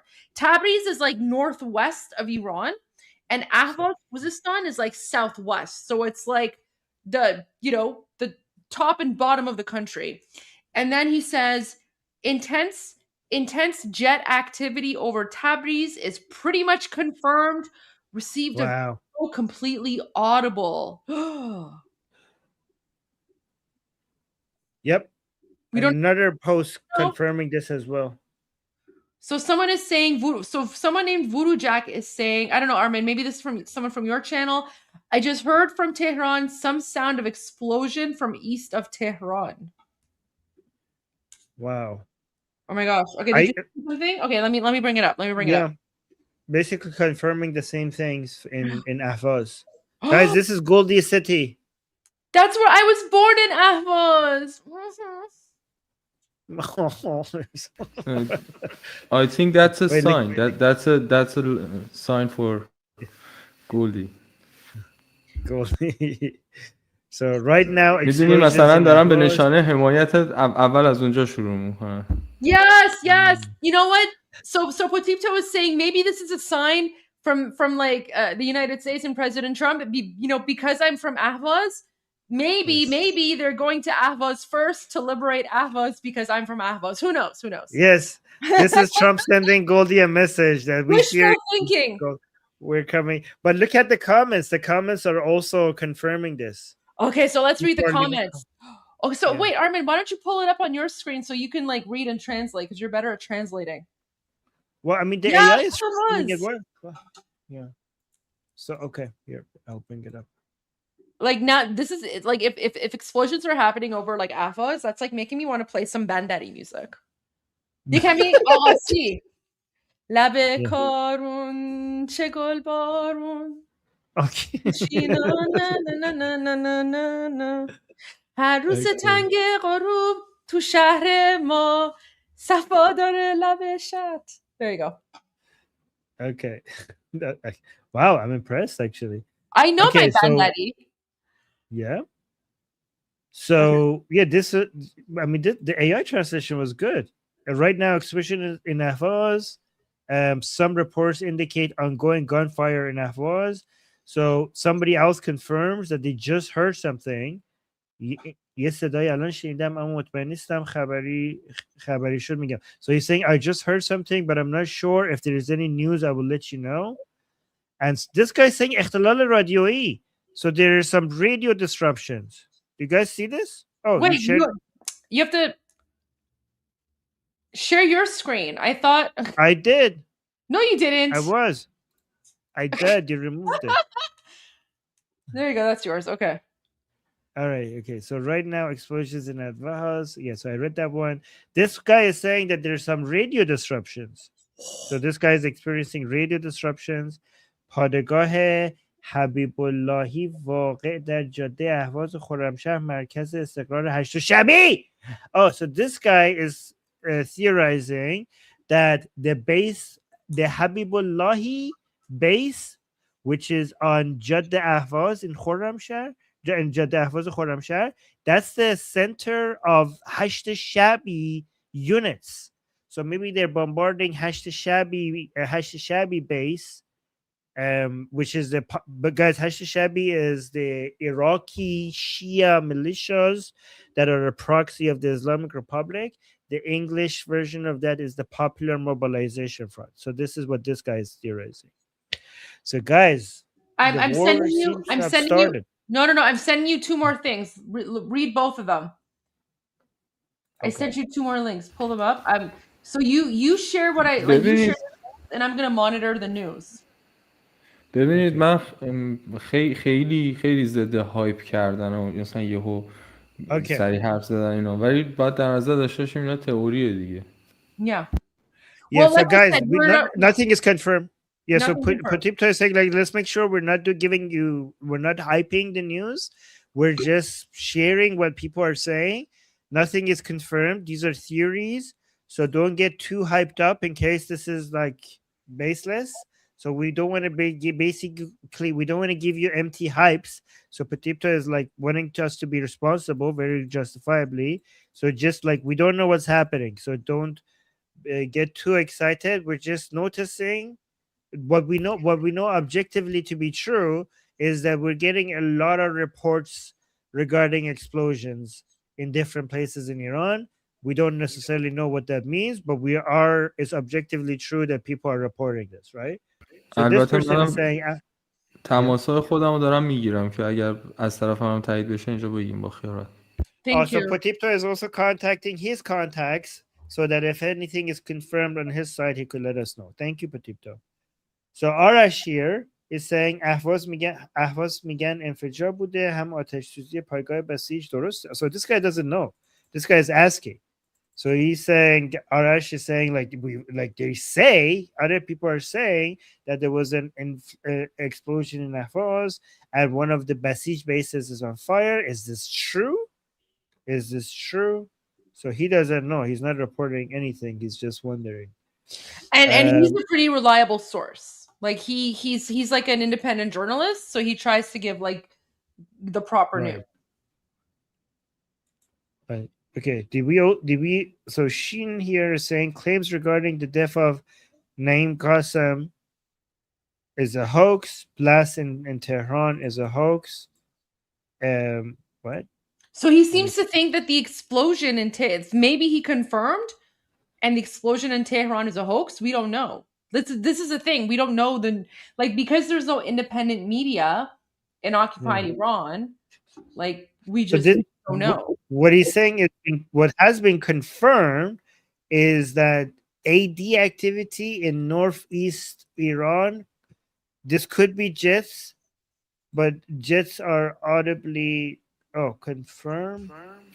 آفرین منم دقیقاً الان با هر کی که صحبت میکنم اینا میگن صدای پرواز جنگنده رو میشنویم، ولی مثلا صدای انفجاری نبوده که به یکی زنگ بزنم بگی ما خواب پریدیم یا مثلا شیشه میشه. So guys, the jet sounds have been confirmed, but the explosion sounds are not confirmed. So but be clear. So the jet sounds in Tehran have been confirmed, but the explosion sounds in Tehran have not been confirmed. No. So the explosion sounds in Tehran have not been confirmed. The jet sounds the jet sounds in northeast Iran have been confirmed. Yes. So yeah, okay. So that's highly likely IRIF scramble. What is that? IRIAF scramble? What is that? Potipto, do you know what that is? ببین اسکرامبل همون دارن مثلا توی ارتفاع خاصی آسمون رو پوشش میدن دیگه، همون نیروهای به اشتباه گفتم خودی. و یه موضوع دیگه هم که هست صدای پرواز جنگنده ها رو توی مثلا مسیر تهران تا غرب خیلی که میتونم بگم مثلا 2 جا بهم گفتن که شنیدیم صدای جنگنده رو. Okay, so it's very likely that these are basically the Islamic Republic planes basically covering that area, and also Potipto says that he can confirm that these sounds have been heard in those areas. So also what is AD here? AD, what does that mean? AD activity, what does that mean? Aerial, what is that? فکر می‌کنم چه aerial defense دیگه. آره همون aerial defense هوایی فکر می‌کنم. Okay. Aerial defense, we think aerial defense. AD آره activity میشه in ضد south of هوایی، Iran. میشه Yeah, ضد هوایی، okay. همونه که تیر میزدن تو هوا. Got it. So aerial defense activity in south of Iran, like Desful and Ahvaz, could also be jets. Jets were certainly heard, likely IRIAF. So IRIAF, I'm assuming, is the Islamic Republic, something Air Force. یه چیزی در مورد این بگم، ببین در واقع اینا IIAF بودن، ایمپریال در واقع ایران Yeah, so امپریال. let me just say what they are right now. So what this stands for is the Islamic Republic of Iran Air Force. That's what this stands for. آره So ولی از موقعی که IRIAF. این آ رو اضافه کردن تنها چیزی که داشتن برای نیرو هوایی این بوده که مثلا هواپیما رو رنگ کردن، هیچ پیشرفتی از اون امپریال الان نبوده، فقط پسرفت بوده. Yeah. So the Patipta is pointing out how useless this air defense is, and how they haven't been upgraded since the Islamic Revolution. Where So guys, yep. Where is قیصریه؟ نه بخش قیطریه؟ نه قیصریه. قیطریه که میشه در واقع محدوده نزدیک به شمال تهران. در مورد شهر قیصریه صحبت میکنن که فکر میشه کایزریان. اصلا تو ایران ما قیصریه نداریم. نه قیصریه اشتباه خوندم، همون قیطریه. قیطریه باز دوباره منطقه بالا، حالا پایینتر از فرمانیه تهرانه که باز محدوده‌ایه که همون آقازاده ها اینا میشن. اگه اشتباه نکنم این چیزم خونش تو قیطریه بود این یارو. Okay, so someone sent this to me again, completely unconfirmed. I cannot verify if this is true or not. Someone I don't know sent this to me, and they were like their cousin sent this to them. So we'll watch it, but I have no idea if this is true or not. It could totally be fake. Well, let's watch it together.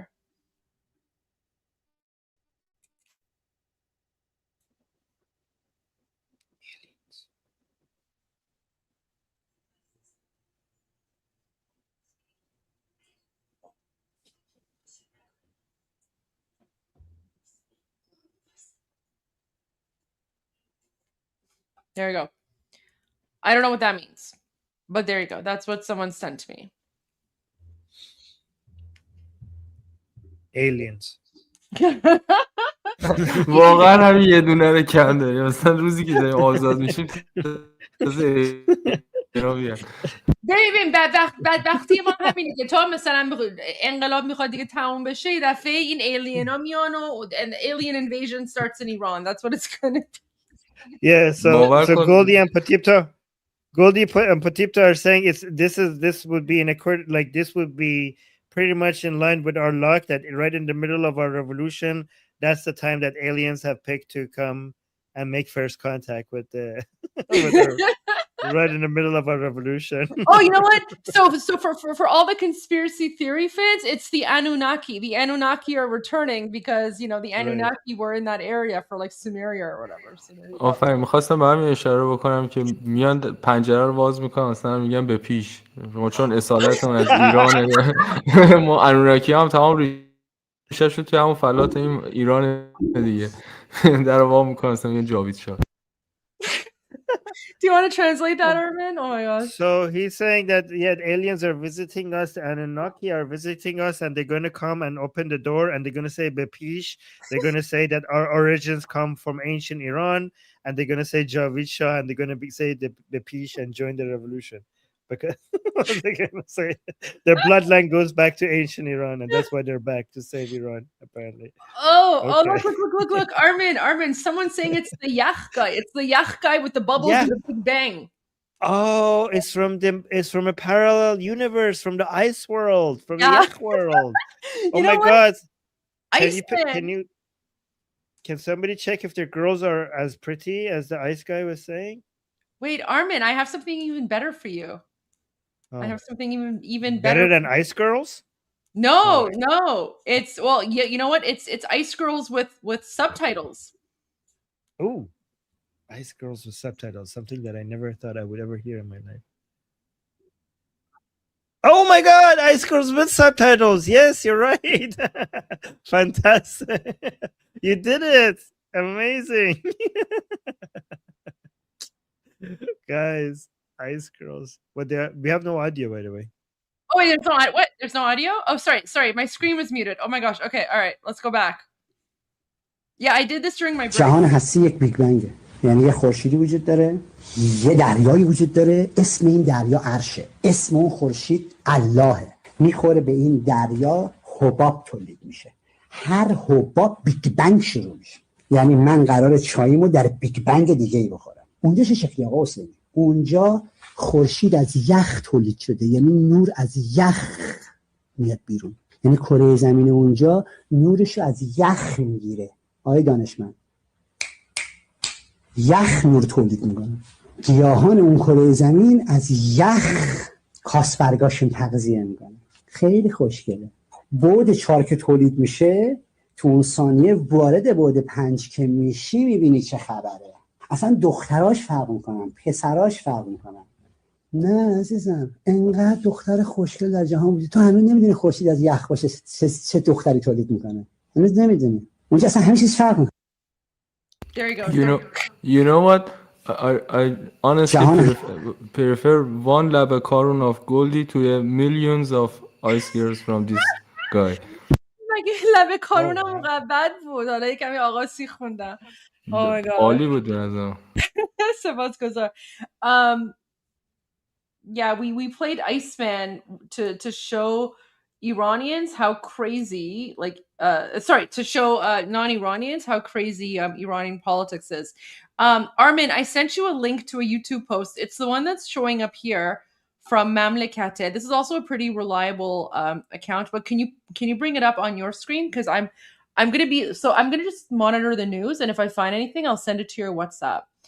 But this is like apparently messages from, again, this is all unconfirmed because there's no independent media in occupied Iran, right? So all we can rely upon is just reports coming out from people. So should I read the Persian and translate it, or should I translate with Grok? Up to you, however you want to do it. All right, let me do the original. Okay. پیام های مربوط به اهواز. So these are news. So basically this guy have gathered a list of 7 different items from what we have been hearing from Ahvaz city in Iran, right? So سلام، همین الان اهواز کوت عبدالله داشت. What is this? کوت عبدالله داشتم، رد می شدم، انفجار رخ داد، به نظر سمت نمایشگاه بود. So somebody reported that they were passing in Ahvaz, they were passing کوت عبدالله, and they heard an explosion and the right next to a gallery or like a a place. اهواز فرمانداری رو گرفتن، یه پایگاه بسیج توی کوت عبدالله آتیش زدن. So another کوت person عبدالله is از saying محله‌های پایینه در واقع، اهواز محله‌ای که مثلا خیلی چیزه. So کوت عبدالله is one of the low, like پایین از لحاظ کلاس، از لحاظ سطح. نه از نظر مثلا فقیر بودن و ضعیف بودنش، اونجا آمار جرم و جنایت هم حالتاتی بالاست، همیشه سرکوب دارن میکنن اون قسمت رو، کوت عبدالله. So okay, so Kut Abdullah is one of the poorer part of Ahvaz, and it's also a part that they suppress a lot because it's poorer. So he's saying Ahvaz Farmandari ro gereftan. He says they captured the command center, like the ye paigah basij ro toy Kut. Okay, so this is so unconfirmed. This guy is claiming that there is a basij center that is on fire in Kut Abdullah in Ahvaz, and he says that they captured the command center in Ahvaz. Guys, this is like so much hype. We have to wait and see. None of this is confirmed. This is big deal if true, but we have to see. I don't think this is happening. Is this happening?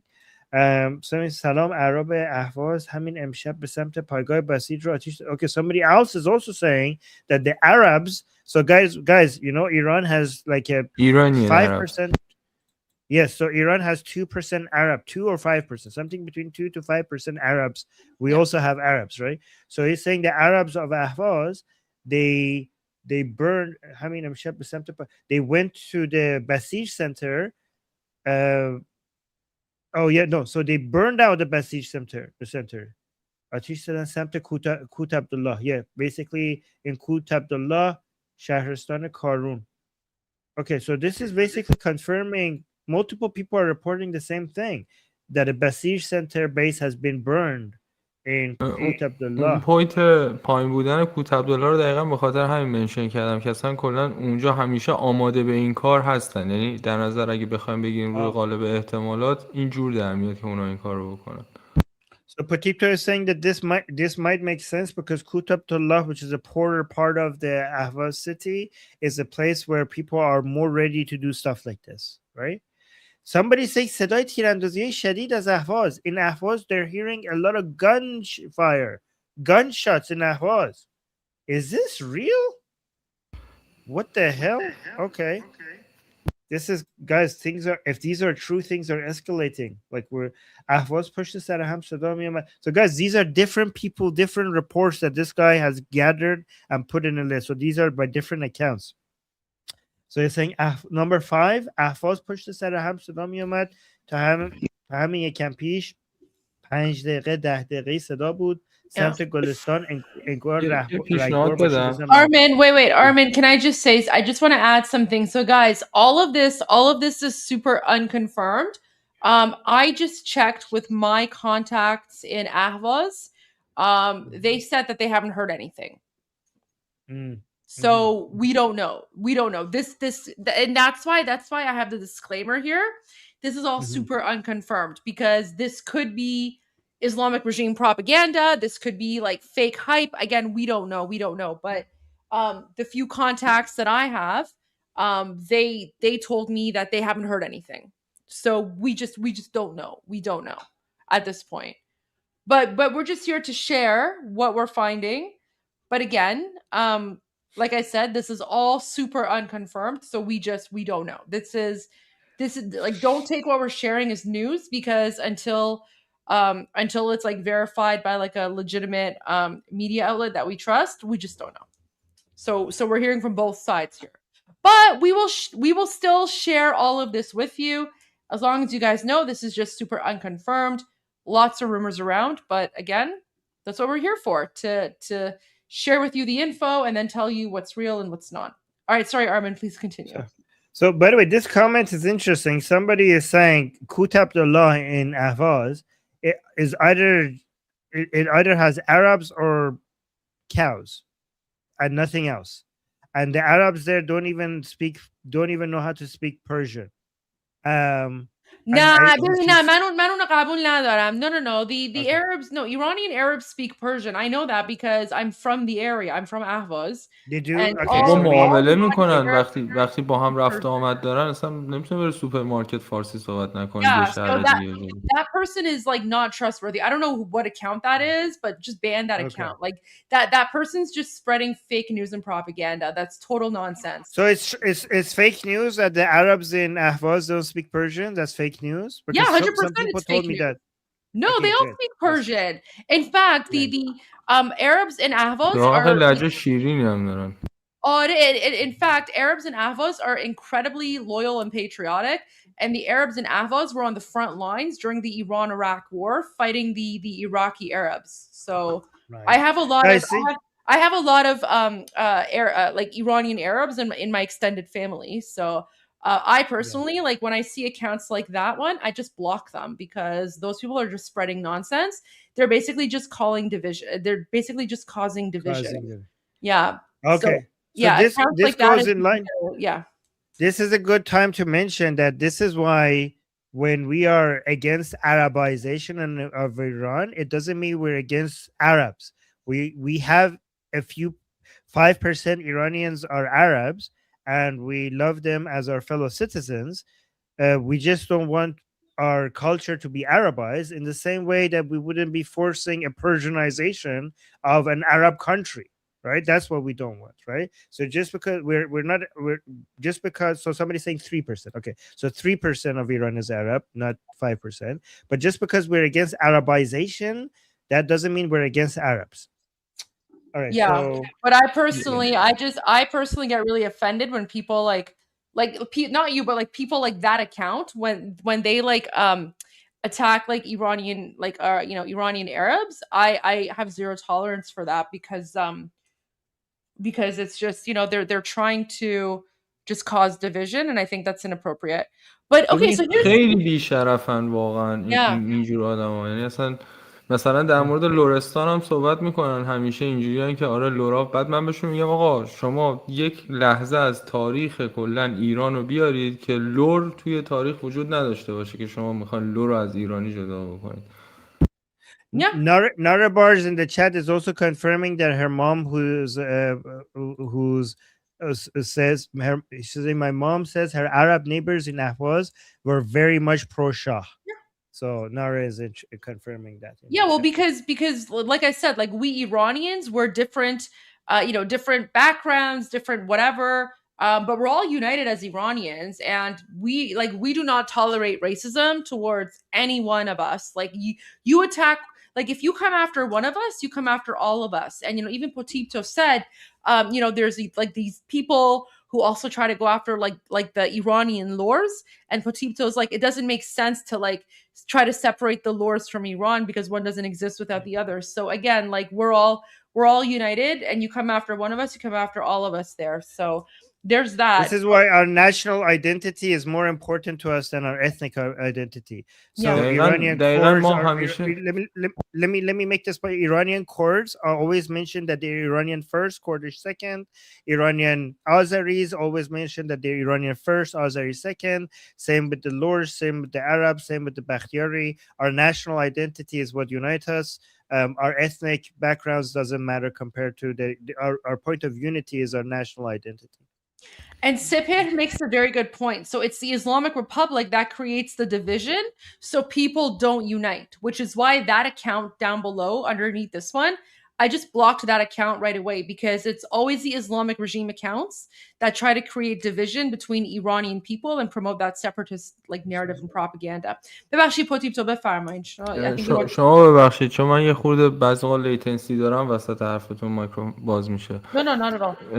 و یه نکته‌ای که من می‌خواستم به بحث اضافه بکنم اینه که ما کلا به عنوان ایرانی خیلی با این موضوع فلکس میکنیم که اصلا توی ماها همین رنگارنگی وجود داره. ما اولین در واقع انسان که نمیتونم بگم، ما اولین کسایی بودیم که ضد در واقع ریسیزم زندگی میکردیم. ما اولین کسایی بودیم که ریس های متفاوت اومدیم با هم متحد شدیم و ایران رو ساختیم. آریایی ها بودیم، پارت ها بودیم، پارس ها بودیم، در واقع ضد این عملیم و برای همین هم که دشمن ما جمهوری اسلامی داره سعی میکنه اینو ریورس نشون بده.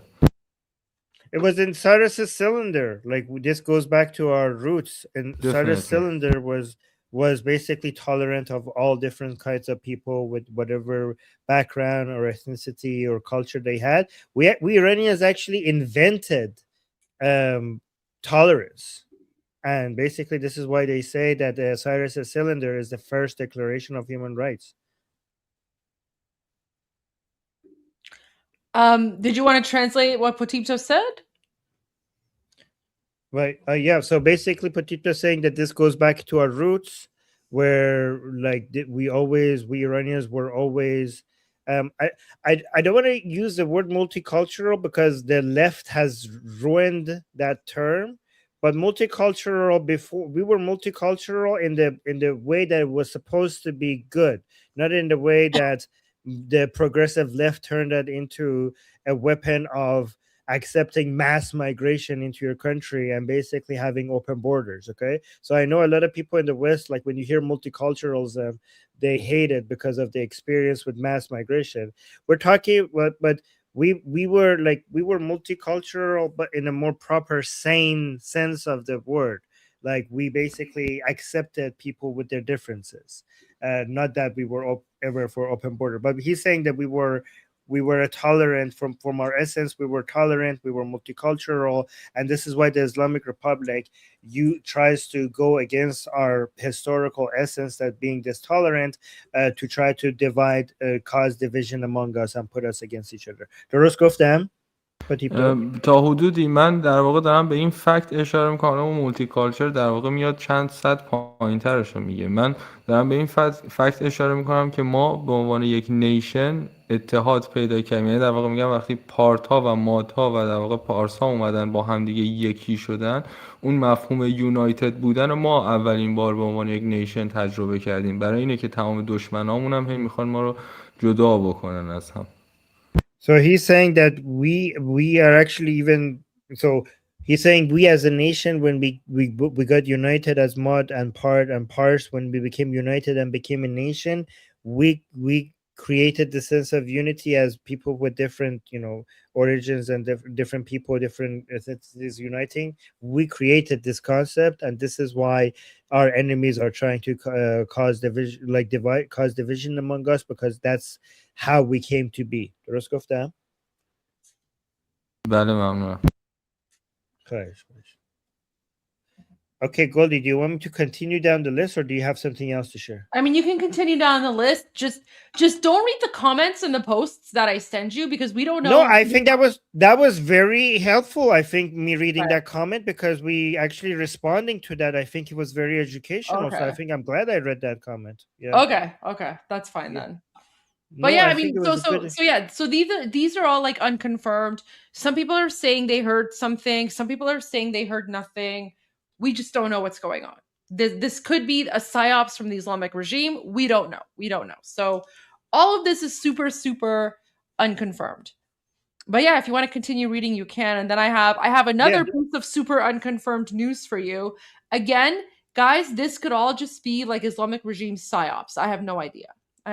So we're just sharing the info, but it's not news. These are just the rumors that are going around on X right now. Yeah. Okay. So today, تیراندازی شدید در Ahvaz.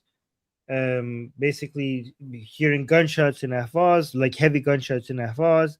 Ahvaz پشت سرم صدا میاد تا یکم پیش. Okay, somebody saying in Ahvaz, you have repeated sounds of sound. You repeatedly hear sounds, even until quite recently. 5 دقیقه 10 دقیقه, and then for 5 minutes, 10 minutes, there was no sound. There was sound, and then something in the Golestan. Basically, these are just keep on repeating the fact that there were gunshots. It was basically like gunshots into the air. این پوینت منم اینه که اونجا ممکنه این اتفاق رخ بده، چون مثلا مثل بخوای در نظر بگیری مثل سیستان بلوچستان امکان داره مثلا قاچاق سوخت باشه، نمیخوام تایید بکنم، ولی میگم شنیدن صدا توی اونجا ممکنه سورسی اصلا داشته باشه که ربطی به جنگ نداشته باشه. Yep. So Patipta is pointing out that these sounds coming from there, it might be something that has nothing to do with the current war that we are in, because stuff like this happens there sometimes. It might be not connected to the revolution that we're in. Anyways, I think we get the point from this list. I don't need to read the rest of it. But Goldie, I think you know that I have been a major advocate of national identity over ethnicity and being united. No, 100% I know that. No, I know that. I know that. That's not my point. Yeah. My point is just we just have to be careful about like what comments we read from people, because we don't know what's verified, what isn't. So like not the posts themselves. No. Listen, we're all big proponents of nationalism. 100% I agree.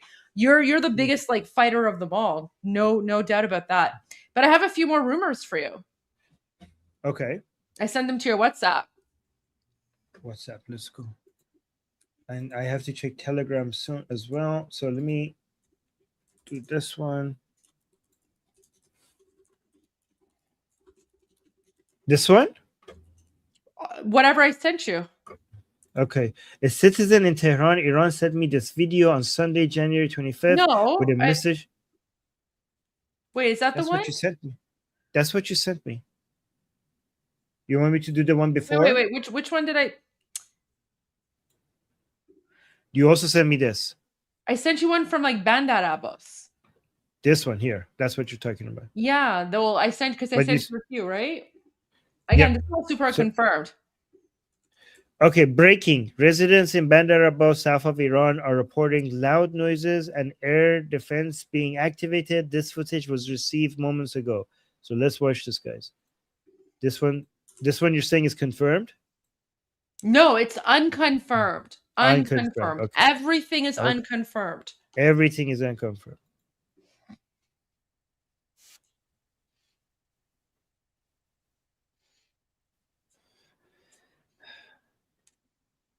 Bandar Abbas دقایقی پیش. So these was moments ago from Bandar Abbas. Guys, Bandar Abbas is the most important port in Iran.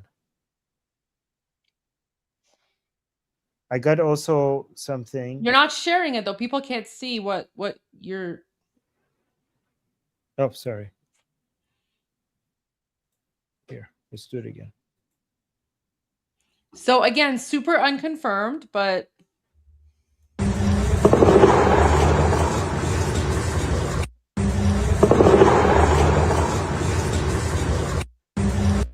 so these were moments ago in Bandar Abbas, and you can see residents in Bandar Abbas, south of Iran, are reporting loud noises and air defense being activated. This footage was received moments ago.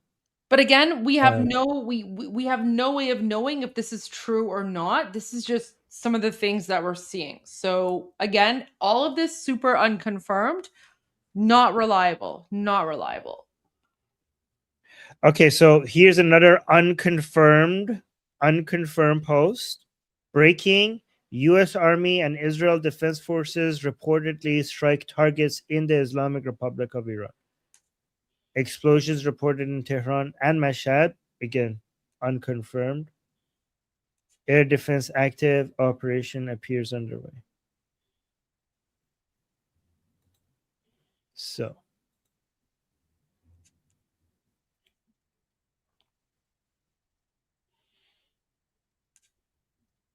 somebody sent this message in the chat saying, Armin, I'm inside of Iran in one of Kurdish area. We hear gunfire as well.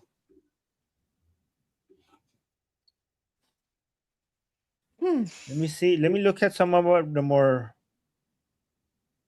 reliable sources. Okay. Nothing is being reported by them.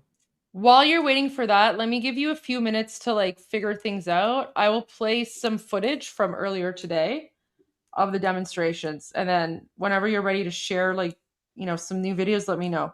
So this is from Vancouver. This is the anti-regime pro-Shah demonstration in Vancouver. Everyone's chanting death to Khamenei.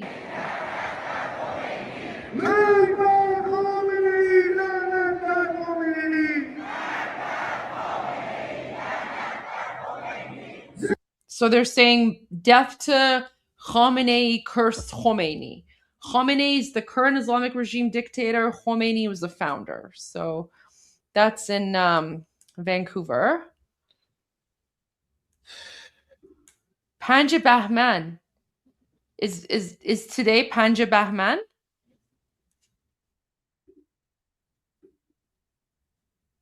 Okay, that's today. Okay, guys, so look, guys, this is new video from Iran. This is from today. This is from Sunday. Today, Panja Bahman. Oh, look, it's snowing. Guys, the snowstorm is also in Iran. Look at that. So this is the city of Shiraz, and there's also snow there. Guys, you remember what the word for snow is in Persian? Yeah, it's snowing, guys. We have winter. Guys, Iran, like, we're very like diverse in terms of environment, right? So we're not all like desert and things like that. So there you go. Like it's snowing in Shiraz right now. Shiraz, by the way, Shiraz is close to Persepolis, right? So oh yeah, we have like subtropical rainforests too. Okay, so this is this video from today, and they're saying Javid Shah, which means long live the king.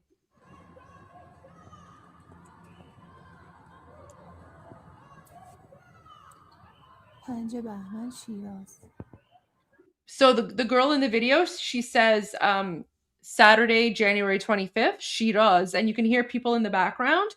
they're chanting Javid Shah, which means long live the king.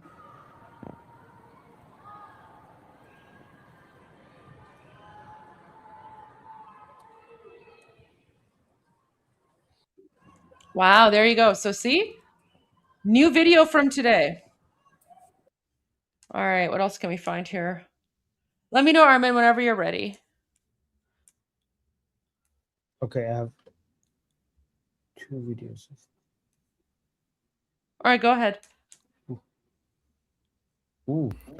ببین من معمولا مثلا کلمه انفجار یا مثلا کلمه صدا رو توی سرچ میزنم، بعد میزنم روی لیتست، اونجوری مثلا بررسی میکنم جایی صدا اومده.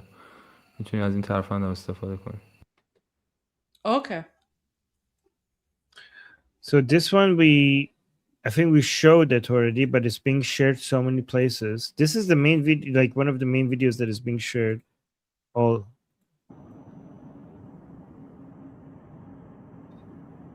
چیزی که من نگاه کردم از این درون فکر می‌کنم 2 تا ویدیو کلا در اومده، 2 زاویه در اومده. there's 2 videos of this drone basically being shared. تهران نیاوران یک Tehran, شنبه Sunday, Tehran, Niavaran. 5 و 6 بهمن نمیدونم دقیقاً 5 or 6 of the month Bahman. پرواز Today. شی ناشناس Unidentified flying object. همین 2-3 دقیقه قبلم یه صدا انفجار بعد همینجا اومد 2-3 minutes ago there was an explosion here. فکر کنم A sound of an explosion here. پایگاه لویزان بود نمیدونم دقیقاً It was the base of تهران Tehran. یک شنبه 5 بهمن یا 6 بهمن Sunday 5 or 6 of Bahman. All right, so this is what is no, not this one. Well, I had another video here. Hold on. Oh, okay. Here, there was somebody with a message to Trump.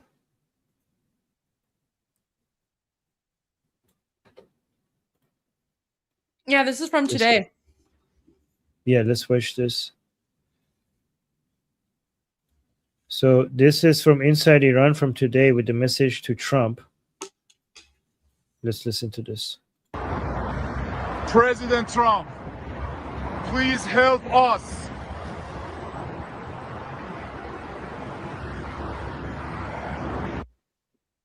Wow, the sign is very powerful as well. The sign says, President Trump, the people of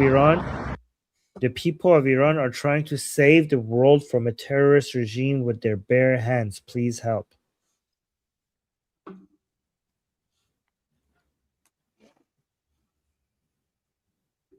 Amazing. You know, as much as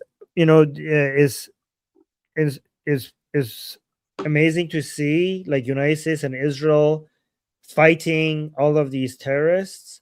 I think it's even more impressive what the Iranian people are doing, because United States and Israel, when they're fighting terrorists, they're doing it with the most advanced weapons in the world. But when Iranian people are fighting these terrorists, they're doing it with their bare hands. Yeah. And that's why it's so much more impressive.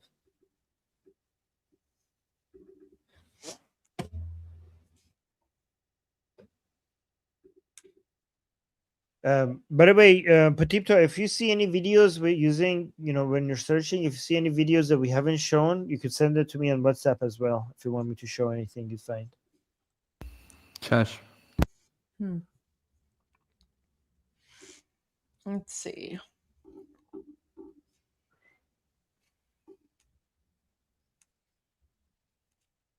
Cheshmet Bibela. I just see the same video being shared over and Yep. over. So that's it. That's right. But that doesn't mean anything, right? Because like once one person posts a video, then everyone's gonna just share the same one, right? So there's an explosion in Lebanon with Hezbollah. yeah, that was the Yad Zahra guy, remember? Oh, Durka. Yad Zahra, Durka, right? I love it when you say Durka. یه نکته من بگم در مورد این که حالا مثلا جنگ شده جنگ نشده و اینا، اصلا کلا حمله‌ای که در حال حاضر آمریکا برای ایران تدارک، برای در واقع جمهوری اسلامی تدارک دیده، اینجوری نیستش که توی یه دونه مثلا انفجار و یه دونه درون و تیراندازی باشه دیگه. طبیعتا اینا هممون میدونیم، ولی اون چیزی که از همه بیشتر تأثیر گذاره اینه که الان چون جمهوری اسلامی توی سابمیشن قرار گرفته و ترامپ هر کاری بخواد بکنه، مثلا هم یه دونه ترقه رندوم یکی یه جایی در بکنه، باعث میشه که اینا جت بلند بکنن، دوباره آرایش راداریشون رو به هم بزنن یا هر چیزی. عملا هر کدوم از این اتفاقا باعث مستهلک تر شدن سیستم دفاعی جمهوری اسلامی میشه. من فکر میکنم ترامپ از روز اول هم استراتژیش همین بوده که اینا رو starve to death بکنه تا حد ممکن، انقدر هی بهشون فشار بیاره اینا برن تو لاک دفاعی، لاک حمله، که خود به خود دچار مشکلات بعدیش بشن که حالا از اونا استفاده بکنن برای نابود کردن زدنشون. به علاوه این که الان تقریبا 2-3 روزه مشکلات الکترونیکی و مثلا راداری هم توی اخبار خیلی زیاد شده، هم ما اینجا داریم متوجهش میشیم. به عنوان مثلا آنتنای وای فای قطع میشه دوباره وصل میشه. اینا نشونهای جنگ الکترونیک خیلی قوی هم هست که در واقع آمریکا میلیون ها سال از جمهوری اسلامی توش جلوتره و نقطه عطفشه، همونجوری که مادارو رو رفتن گرفتن. Armin, I want that photo.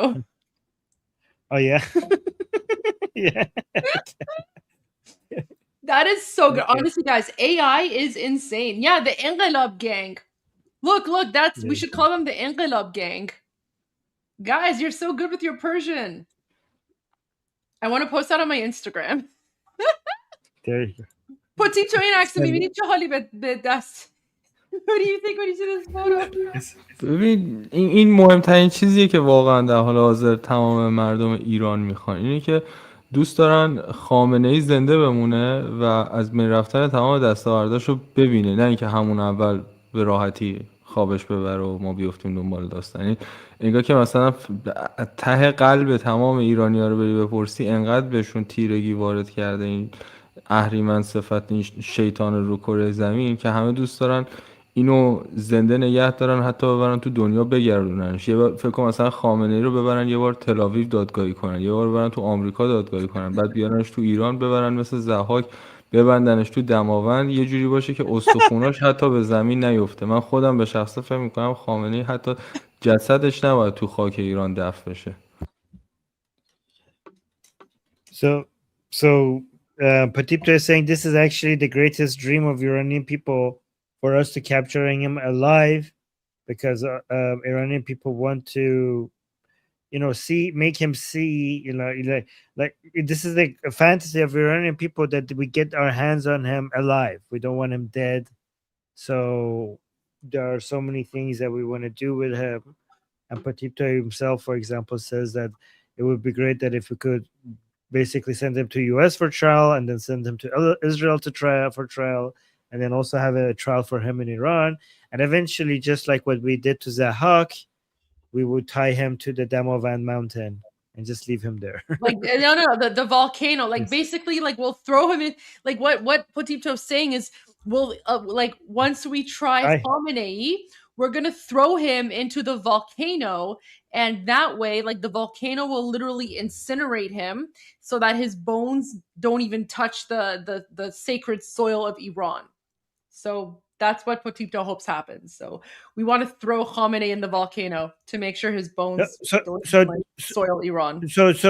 So this is in reference to what we did to Zahak in Shahnameh. So in Shahnameh, the book Ferdowsi wrote, Zahak, which was the evil character, they went and chain him like in the volcano in Damavand, which is the tallest. آره دقیقاً پوینتش اینه که به زنجیر کشیدنش، که توی شاهنامه اومده که گوشت از استخونش افتاد ولی استخوناش به زمین نیفتاد. متوجه هستی؟ So the meat on his bone fell, but it doesn't drop. It didn't hit the ground. Anyways, this is Zoroastrian stuff. Oh, it didn't hit the ground because dead things are not supposed to hit the ground in Zoroastrianism, exactly, right? Exactly. So this confirms that Ferdowsi was a secret Zoroastrian, guys.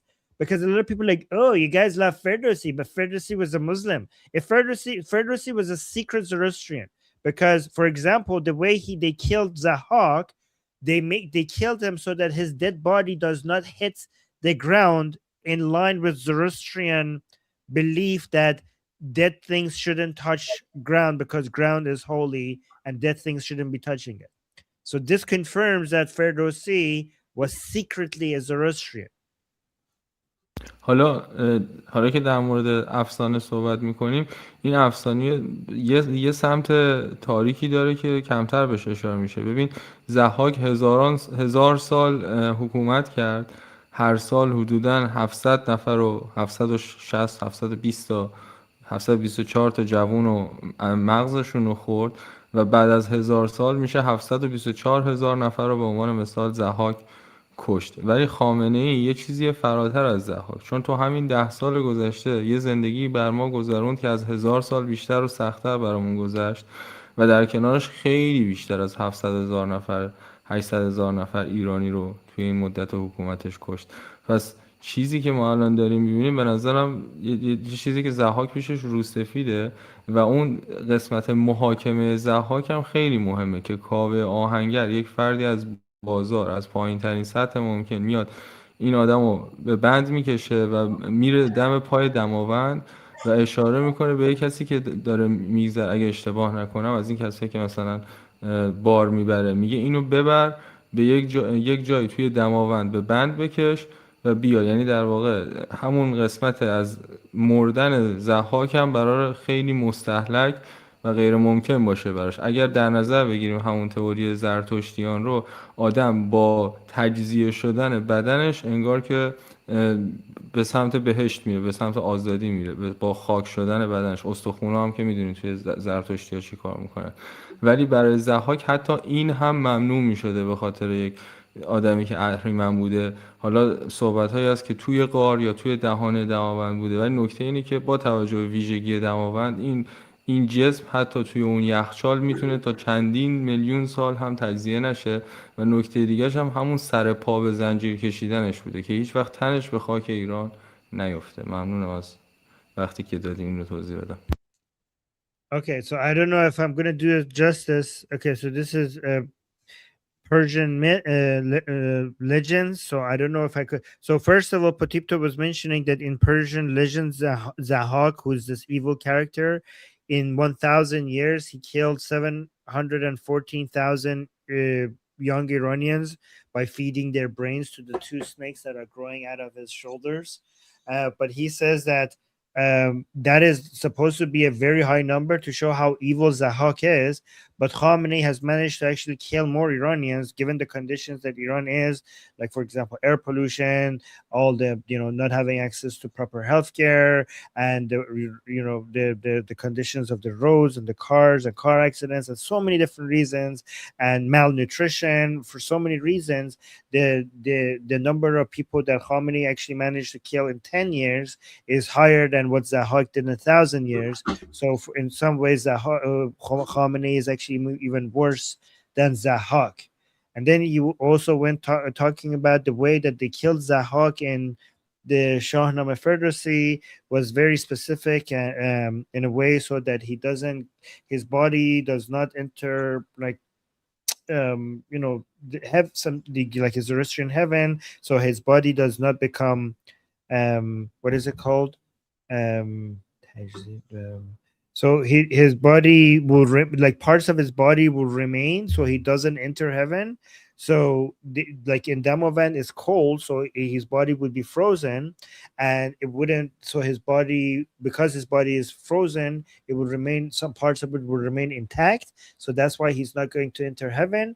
But also, it was important that his the dead flesh that was falling from his bones doesn't touch the holy ground that is Iran. So in Iran, so based on Zoroastrianism, the ground of Iran, the soil of Iran is holy, and unholy things shouldn't be touching it. And that's why they basically, the way that they killed him, made sure that when anything that was falling off of his body did not touch the holy soil of Iran. درست ترجمه کردم؟ نمیدونم. تمام پوینت ها رو گفتی. فقط ویژن اصلی هم این بود که اولا اینکه ضحاک اصلا قرار نیست بره بهشت و ویژن اصلی این بود که پروسه مرگ این آدم طولانی تر بشه، چون طبیعتا آدم موقع مرگ قراره که یه پروسه طی بکنه و چه شکنجه‌ای بهتر برای کسی که هزاران سال برای آدم‌ها زندگی رو سخت کرد اینه که خودش پروسه جون دادنش پروسه تقریبا لایتناهی بشه و دقیقا یه همچین زجری رو مردم در حال حاضر برای خامنه‌ای میخوان و اگه بتونن بیشترش هم میکنن. So the way they killed Zahak in Shahnameh was a way for his death to last, for him to be dying for thousands and thousands of years, so that he has a very, very slow death. Given what he did to Iranian people, it's only fitting that he dies. His death takes thousands of years for him to die. So, and he says people also want something similar for Khamenei. They don't want a quick death for him. They want him to suffer based on what he did to the Iranian people. All right, Goldie, any more? But I sent you this picture, by the way, Goldie. I know. Listen, I posted it on Instagram 8 minutes ago. It already has like 1,600 likes on Instagram. Nice, amazing. Did you give me any credit because I sent it to you? Oh no, you know what? I can. I'm kidding. I'm kidding. I'm joking. Oh, I should have added you as a collaborator. How do I do that? No, it's fine. It's fine. Tag. There should be a way to do this. Tag people. I'm kidding. Wow. Don't تعارف. Don't تعارف. I know they're تعارف میکنه. What is تعارف in English? We don't have it. همونجوری که خسته نباشید رو نداریم توی انگلیس، تعارف هم نداریم. دست درد نکنه هم نداریم. I hope your hands don't hurt. Guys, my favorite like rude word in Persian, when you translate it to English, it's actually really funny. So guys, if someone says something to you and like you don't like what they're saying, just respond to them and say snake venom. زهر مار. زشته نگو به فارسی. Oh. That's the whole point. Oh, I like this one. Oh, don't put watermelon under my arm. That's a good one. Yes. Yes, guys. when you're sucking up to somebody in Persian, we say you're putting one watermelon under their arm. Why do we say that? Because we love watermelon, so it's like no. So we do because our slangs are very visionary, because we are rich in adabiyat. You know what? Okay, let me give you two more. Okay, when we really like somebody and they're very cute, somebody is very cute, we're gonna say, "I'm gonna eat your liver. I'm gonna eat your liver. Oh, I'm gonna eat your liver." I don't like that vision. Yeah, we do say that. Yeah. Yes. And then, okay. But you know, on top of saying to someone that we're gonna eat their liver, which you know what that gives me what's it? Silence of the Lambs. It's literally like with fava beans. There you go. We are going to be accused of cannibalism in this channel because of repeating too much that word. I know we're giving away too many secrets here. So on top of saying that we're going to eat your liver, we also say if someone's really cute, we also say I hope a mouse eats you. Yes, mush بخورتت. mush بخورتت. اون کیوت لجدرا رو بهش میگن موش بخورتت. Mouse is gonna eat you. Oh, we also say if somebody asks us to do something, we tell them to walk on our eyes. Oh yeah, that's true. Say that one again. Repeat that one. So if like Goldie asks me to do something, if I want to be polite and say okay, instead of saying okay, I say step on my eye. Step on my eye. That's so true, yeah. So you know, for example, like Armin says, let's like for example, Armin, you know, I say to Armin, hey Armin, can you like, you know, run the live stream for 10 minutes while I take a break? So instead of saying, okay, I'll do it, Goldie, Armin would say in Persian, he would say, no problem, step on my eyes. And that's the polite way of saying, sure, you know, I will, yeah. Oh, Dorit Begerdam. Dorit Begerdam is another good one. Okay, so now all the Iranians are giving us suggestions. So there you go. Dorit Begerdam, that's a good one. من یه دونه سختشو برات دارم. گلدی تو در مورد مثلا آمو بیا برو دست خدا شنیدی؟ یا مثلا برو دست خدا شنیدی؟ نه اونو نشنیدم. ببین این حالا هم تو منطقه شما هست، هم مثلا شیرازی ها میگن دو لبه هم هست، هم به معنی خداحافظیه یعنی سپردم دست خدا، هم مثلا تو اوج دعوا هم میتونی به طرف بگی بیا برو آمو دست خدا، یعنی مثلا برو دنبال دردسر نگرد. How about this? To my left nut. نه بیا در مورد این صحبت نکنه. یه بی‌تربیتی دیگه نرو. Oh my gosh. Armin, Okay, sorry. What's the polite version of it?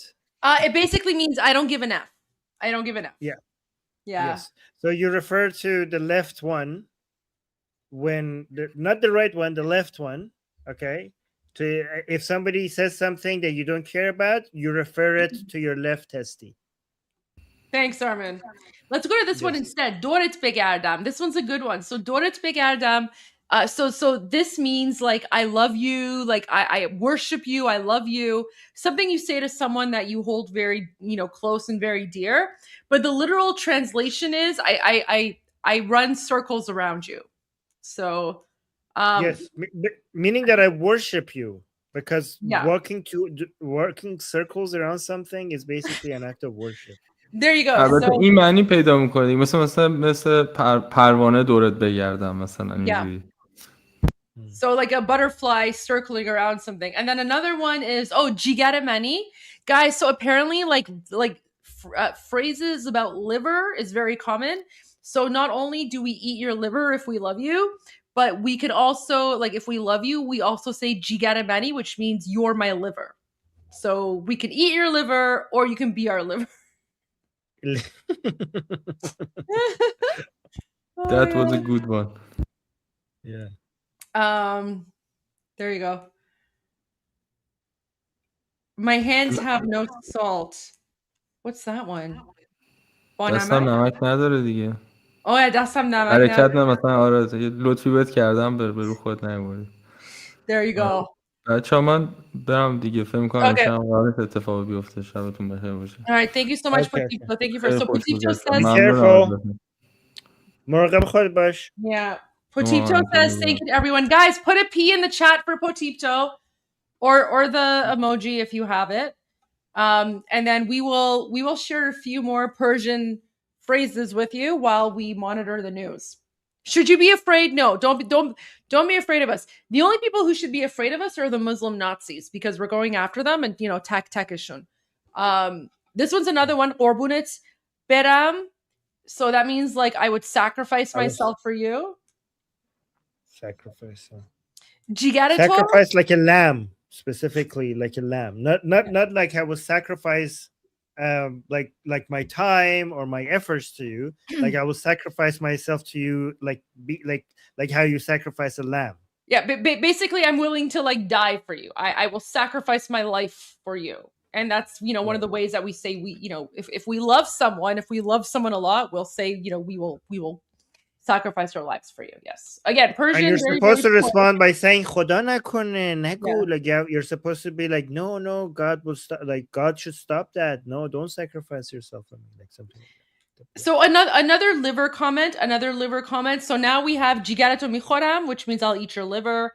Jigara mani, which means you are my liver. And now we have jigarato. Jigarato means your liver. So again, you say jigarato when someone's really cute or something and you want to respond. You're like, why have we romanticized the liver? Goldie, do you know what? No idea. No idea.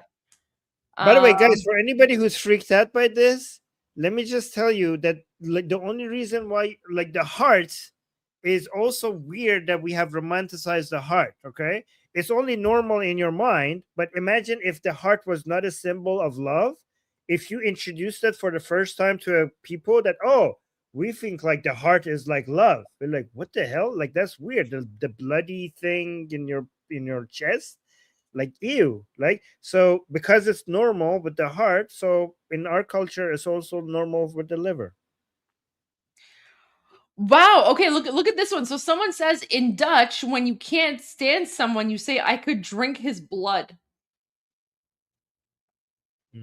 Whoa. Okay, so Dutch, you people are just as dark as us. I did not expect that from the Yes, we Dutch, could but get there you along. go.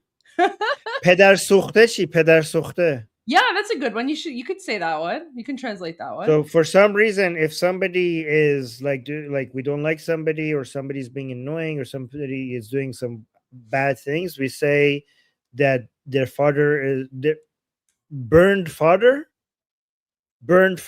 like their father is burned. I don't know why. Like, oh, you who have a burned father. What does that even mean, though? What does that even mean? No idea.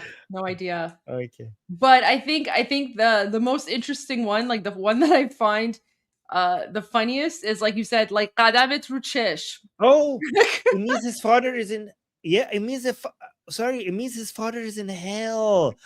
Really? Oh, okay, that makes sense. Now, this is the first time, like, for all we've been using this word for all our lives, and now it makes sense to me now. Okay. Shit. That's darker than I thought. Wow. Okay. Okay. All right. Okay. Let me see if there's any more news. I don't know if there's anything else coming out, because it seems like, I don't know. It could have just been like either false alarm Somebody say, or guys, on this Valentine's Day, put liver on your Valentine's card instead of a heart. Okay, just saying you're being, you're appreciating Persian culture.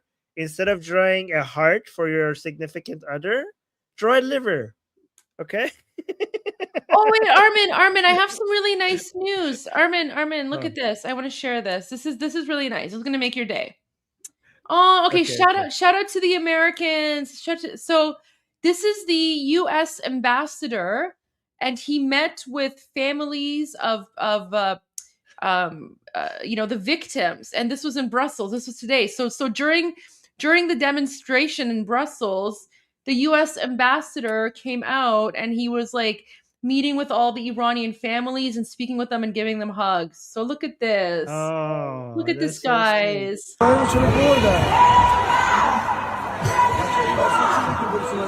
You can see the American flag in the background.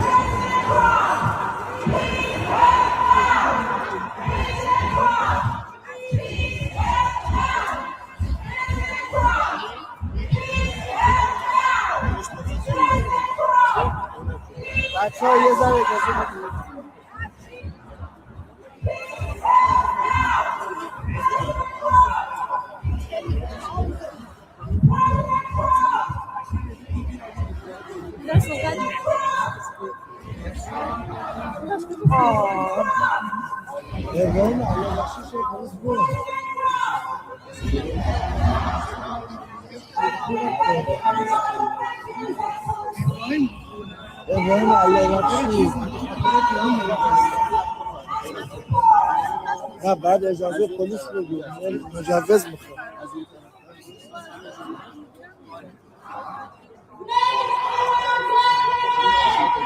See how respectful all the Iranians are being? The US ambassador is there, and Iranians are just being respectful. He's giving them all hugs. Oh, I love this. Oh, shout out to all the Americans. Thank you for doing this. Guys, you know how much this means to the people there. Bill White. So his name is Ambassador Bill White. This was in Brussels. بعدش میرسید جلو بغل صفحه الان مامان پژمان میاد این بعد از این روبرو بگیریم بازم بهتره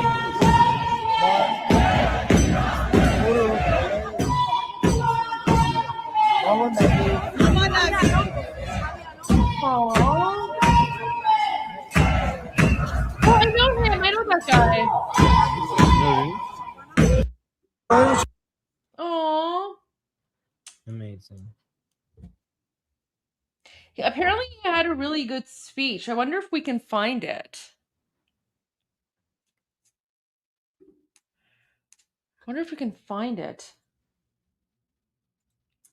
Wait, I have a voice message. Give me one moment. I'll be right back. Okay. Should I give the? No, never mind. I have some updates. Do you guys want me to go through my updates? Yeah, go through your updates. I'm gonna try to find the speech from Bill White because Okay. apparently he did a very, very good speech as well. So, guys, I went through some of these earlier, but just want to for all of us to be on the same page. Okay. So we have secret executions right now taking place by the Islamic Republic, of the protesters who have been arrested. Not in the usual way they do, where they hanging people.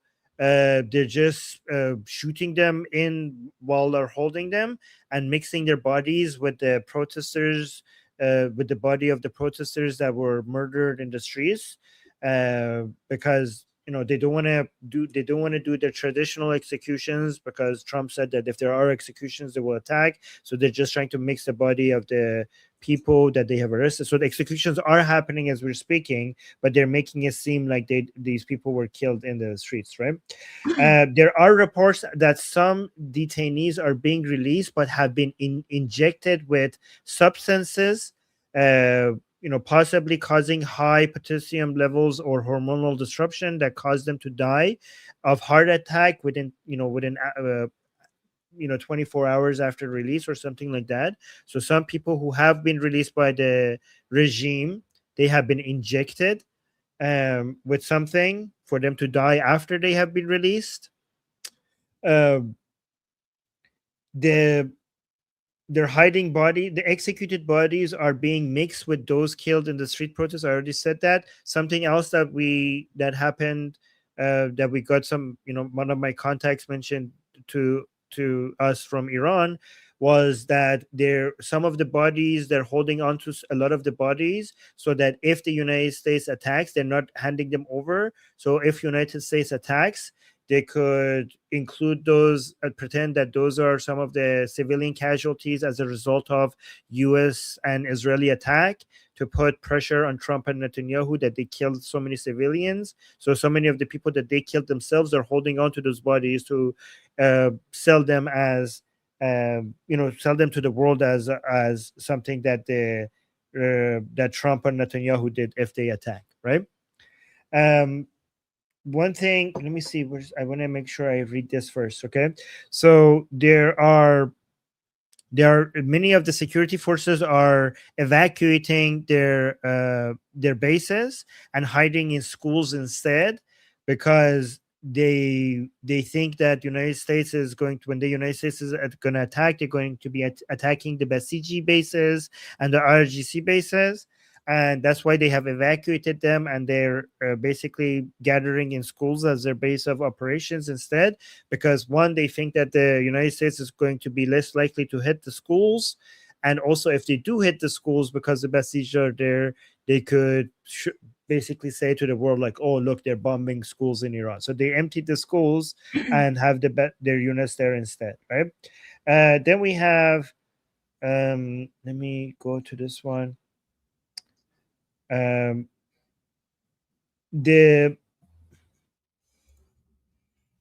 So many of their reformers and the so-called reformers in Iran are now completely showing their true colors by, at the time of the need, they are completely basically coming and justifying all the crimes that the Islamic Republic has committed.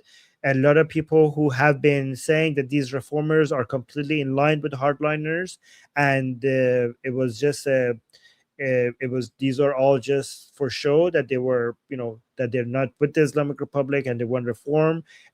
Many of us have been vindicated to show that all of the reformers are lining up to come and say, to justify all the crimes that the Islamic Republic is committing, showing that their whole reform mask was always a show. Let me go through some of the so I think everybody here knows that the USS Abraham Lincoln is now in the Gulf of Oman, basically right, like very close to the Persian Gulf. So we know that. A lot of the USS George H.W. Bush airstrike carrier group that is not talked about as much. So USS Abraham Lincoln airstrike carrier group, that's the one that everybody keeps talking about. But there's another one, the USS George H.W. Bush is moving from US to East Coast towards from US East Coast towards the Mediterranean and maybe even the Red Sea. There's also a lot of fighter jets that have been sent to Jordan.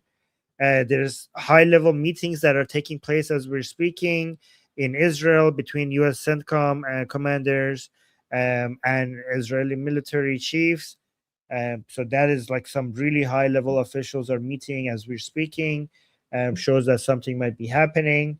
So the targets of this attack, there are multiple targets that many of the analysts are talking about. The predicted attack will not be limited. It's going for full decapitation strike, which is intended to paralyze the regime immediately. This is what a lot of analysts are saying. We don't know until it happens, but this is what so many analysts are saying. So basically, they want to strike at the spinal cord of the regime.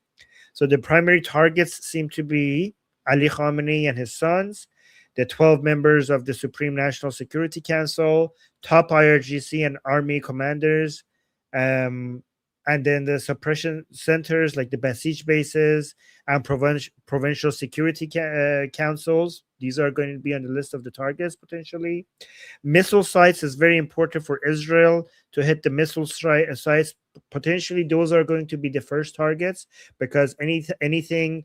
If you want to attack the Islamic Republic, the Islamic Republic's first way to retaliate is to basically try to attack Israel, Saudi Arabia, UAE, and Qatar, and Bahrain. And guys, they have made it very clear that they're going to be targeting civilians in these countries. So that's why potentially the first attacks that you're going to be seeing is at the missile launchers. So the ones that they have remaining or the ones that they have rebuilt. So they must be destroyed first at the first wave to prevent retaliation against Israel and some other U.S. allies. There is a secret weapon that is not so secret anymore that everybody is talking about. I think a lot of you have heard of it because they used it in Venezuela against Maduro. So there's this thing that United States apparently has now that everybody is now becoming public knowledge now that they target that when they use it, it's like a microwave or something. And basically everybody that is in the path of it start bleeding from their mouths and their noses, and they start bleeding out and they fall on the ground and they can't do anything. That's why the people who were protecting Maduro, they were basically couldn't do anything because this wave kept coming at them and they all felt very sick and they felt like their head is about to explode and they started vomiting and bleeding from all different kinds of places, and they were basically unable to do anything. So this is very scary for the Islamic Republic because even if they have like a whole bunch of guards around Khamenei, whatever this weapon is, if they use it against them as well, basically that means that anybody who's guarding Khamenei would just basically fall on the ground bleeding. By the way, this sounds like science fiction, but apparently it has been confirmed that United States has this weapon, and they used it against Maduro. So this is something the US has apparently that no one else does, and now it's not a secret anymore. Even Trump actually confirmed that they have it, right? So there are some reports that the officials in the Islamic Republic are extremely terrified, and they're turning against each other. And on the other hand, there's lots of reports of strong solidarity among Iranians inside Iran, but also there's strong solidarity. So after the internet came back, one thing that the regime, how Goldie was talking about the Islamic Republic trying to use division against us, like by putting Persian against Kurd, Kurd against Arab, Arab against Azeri. One other form of division that the Islamic Republic tries to do is Iranians inside Iran versus Iranians outside of Iran. So for years, the Islamic Republic has tried to make the Iranians inside Iran think that the Iranians outside of Iran do not understand them. They don't care about them, to try to cause a division between Iranians inside and outside of Iran. However, there's so much report. Once the internet got connected, we see so many messages of support and solidarity between Iranians inside Iran and the diaspora. So that is a really good thing to see, that the regime hasn't been successful to divide us on those lines as well. So this regime tactic that Goldie has been talking about hasn't worked across religious lines or ethnic lines or geographical lines. So the regime that tried to divide us for the past 47 years, it itself is now more divided than ever. And we Iranians are actually more united than ever before. So we are united and they are divided. They try to divide us, but now, right as we're speaking, they're turning against each other. Thank you for that info, Armin. So 2CTV just reported, again, unconfirmed, right? So guys, 2CTV's just reporting huge clashes between IRGC and Iranians in Ahvaz. One explosion and continuous gunfire reported. More info to follow. So again, he's not confirming if it's true or not. He's saying this is what's been reported. So his team are looking into it, and then he's going to confirm whether it's true or not. Someone was asking me, let me just bring up the question here because this is also important. And I see. Oh, you posted that on X too. I'm gonna retweet what? Yeah. I posted it on X. So wait. There was something here I want to show. Replies. So someone was asking, did you see Roger Waters apologize for saying he supports the regime? I mean, I saw that he posted an apology. I didn't actually read his apology because Roger Waters is garbage, but I responded to him. So I said, there's a first class VIP ticket to hell waiting for you and your garbage music. Stop talking about Iran. Keep my country's name out of your filthy mouth. There you go. Oh, that's so good. He was the guy that was on Piers Morgan and he was I don't know, defending the regime or something. So yeah, so I don't know. He apologized, but we don't care about him. We really don't care. But yeah, I did see that Roger Waters apologized, but he's relevant. You know what? He actually was on the list, and then Potipto wasn't impressed, remember? Because when we showed the Mozduriab list, Roger Waters was there. And Potipto was like, maybe don't have Roger Waters there.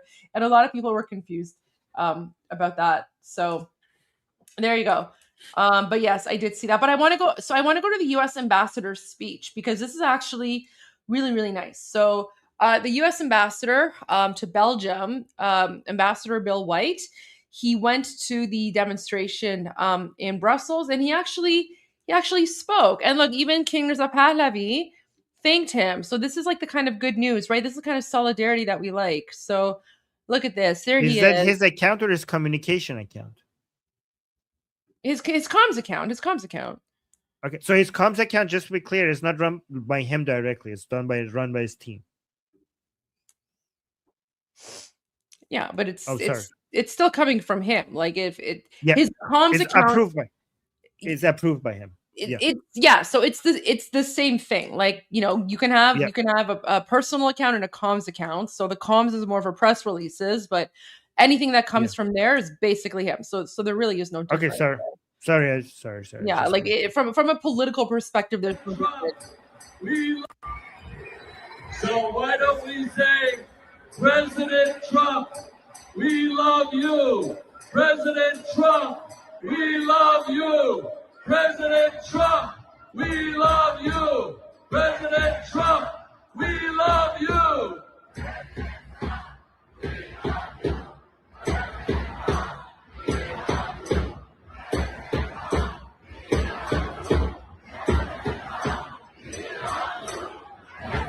So that was kind of, I want to see if I can find the full speech, but it's kind of nice how when U.S. ambassador says, why don't we say, President Trump, we love you, all the Iranians there, and you can see they're waving the American flag as well. They all start saying, President Trump, we love you. So there you go. There he is again. So nice of him to come and give a speech. But let's see if we can find the act. Okay, so میخوام یه ویدیو بگیرم از شما. Oh my gosh, I need to find his actual speech. Does anyone have his full speech? Okay, I'm so I can find the full speech. Did he speak Farsi? Bill White speech. Let's see here.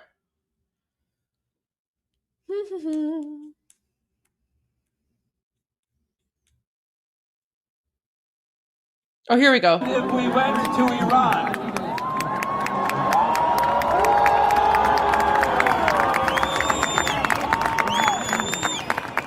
I said this on the news the other night because I know people who have communicated with me that their son or their daughter was thrown off a building in Iran to their death by this evil, horrible Ayatollah and his regime, and this is inhumane to do this.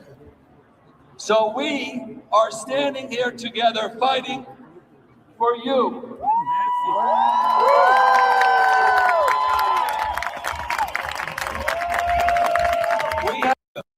That's nice. I wonder if anyone has the full speech, though.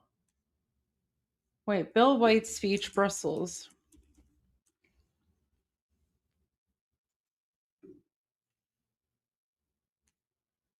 Can I show something? Yeah, go ahead. So look at what's happening in Canada. This guy is this Divounet. You know this. So this guy actually. So when I was still a politician, he actually drove all the way to Ottawa and went to my constituency office and was like threatening my staff. And I actually filed several police reports. Like, this guy is crazy. He's like this weird Palestinian. He's literally insane. He walks around with like an Ayatollah Khomeini scarf. Like, واقعا این دیوونه است. Like, این از اون وحشیای دیوونه است. And he goes after like Jews and Iranians all the time. And he's not even Iranian. He's Palestinian, but like, you know, he just bends over and like, you know, bends over for Khomeini and like all the Ayatollahs. Yeah, but play this. We should show the world, you know, like when we talk about like these savage, like Durka, Allahu Akbar, inbred jihadis, this is what we're talking about. Like they're not even Iranian, but they're defending the Islamic regime with their like terrorist jihadi, like Palestine terrorist flags, right? Just look. Yeah. But there's no audio. Your screen's muted, maybe. Okay. So no. The audio is this. The song is Hey Dar. It's an Imam Ali song. Hey Dar.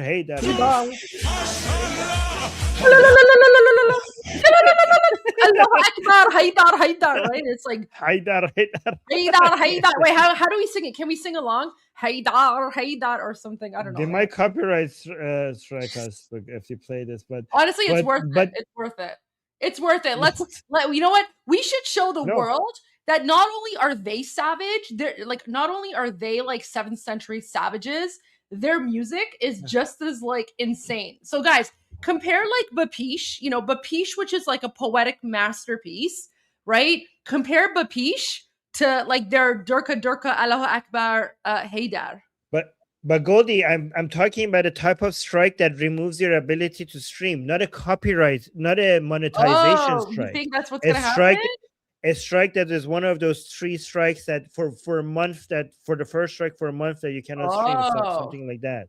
You know what? Their terrorist music is probably copyrighted anyway. So yeah, yes. But actually, this is an ad for us because it shows to the world that the enemies of Trump and Netanyahu are also burning the picture of Princess Pahlavi. Yeah, because they hate us. But these people are saying that they think that Princess Pahlavi belongs side by side with Trump and Netanyahu. So that's for us. That's like, yeah. Like, look who are we hated by? So Pahlavi is hated by who? This is an honor. We want to be hated by you. Yeah. Like we want to be. So this is actually marketing for us. Yeah, we don't want them on our side. These are the people who are killing us in Iran, right? Yeah. Stay away from the Palestine flag.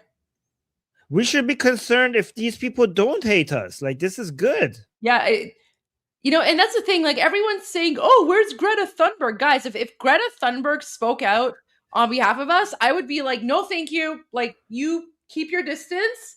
Go with the Palestinians. We don't want you." So, guys, like, stop complaining about Greta because we don't want her. We don't want those kinds of people on our side. They're insane. And there you go. The inbred jihadi Palestinians are singing their like weird Haydar song. I could do it for you. Haydar. Haydar. Okay, Armin, can you sing for us? Do the Haydar. Come on, so do guys, it. Haydar. No. Hey, Haydar. Haydar. So Haydar is like means lion, and when they say in Arabic, they don't say it even in Persian, and it means Ali, Imam Ali, which is the first Imam of Shia Muslims. Get the chains. Get the chains. Oh my gosh. Okay, so Armin, I actually have a funny story about that. So the first time I went to Iran, I was like 4, okay? Yeah. I was 4. And then I don't know, I don't know, whatever. It was like one of those like jihadi, like, celebrations Good. they have. And then a whole bunch of them were like walking down the road. And I was like, oh, mama, it's a parade. Because like, I raised in Canada. When you see like a, group of people walking down the road, you're like, oh, it's like a parade or something, right? Because that's, what happens in a normal country. And then my mom's just like, oh, yeah, okay. And then like, I just realized like it's a bunch of like men, like shirtless men who are like whipping themselves with chains. And I was like, I was traumatized. I was like, I don't know what's going on here. But yeah, the chains. Do you think it's a BDSM related? I think it's BDSM related to some extent. Yeah. Yeah. Okay. Yeah. Oh my god. So weird. I think it is. Yeah. My favorite is when like I think Neil Berg posts them. It's like she'll take like these videos of like the Haydar men or whatever. It's like but then it's like they superimpose like their own like music over it, so it looks like it's like they're clubbing or something. Yeah. I mean, have you seen them walking on the ground, like basically in the mud? Why don't you show? Why? You know what? Why don't you? Maybe we should show the world, what these Haydar like 7th century savages are like. Okay. So let me write in Persian because it would be easier to find. So let me just search for Marasem Ashura. Oh my gosh, guys! Let me see. I don't know if you're ready for this. I don't know if you guys are ready for this. So, this is weird.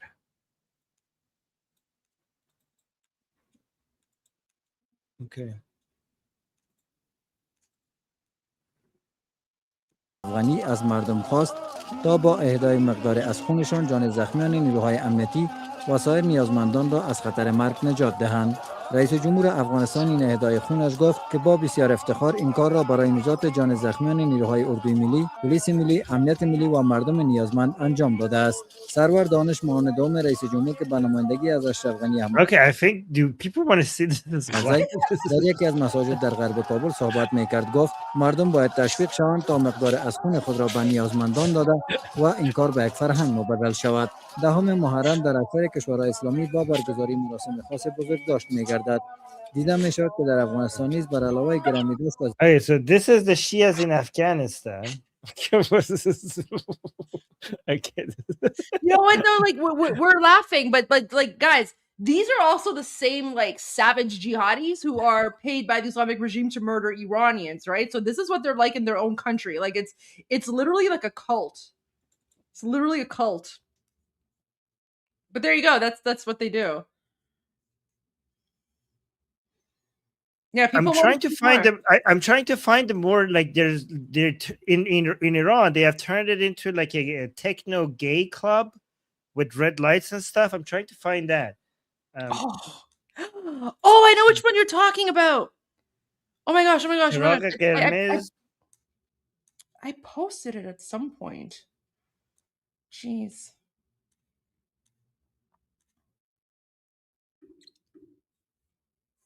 I know which one you're talking about.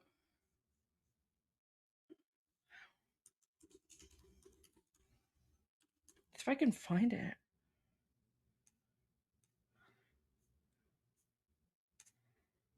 Oh man. میدونم داری کدومو میگی که تو اتاق قرمزن. Yeah, it looks like it literally looks like it's in like a club. Man. Oh, I found one version of it here. Oh yeah, okay, here. Something like this.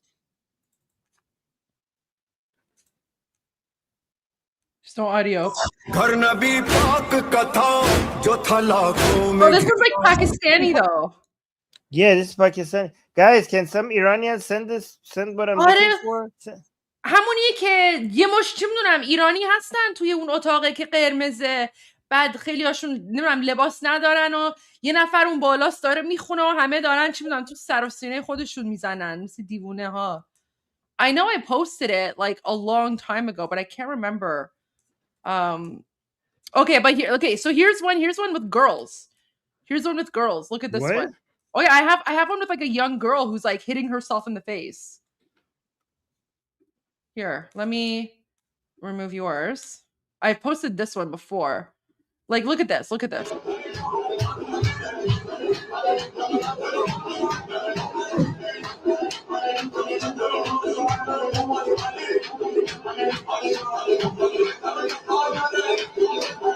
Madahi.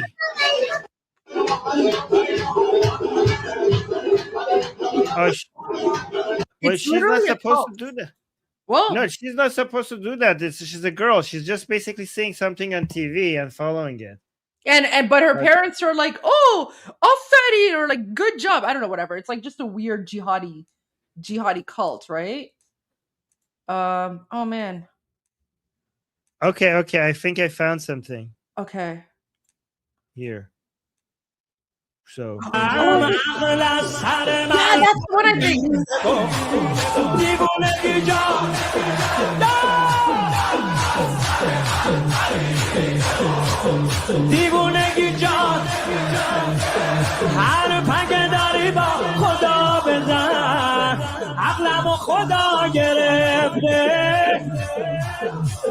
سینه بزن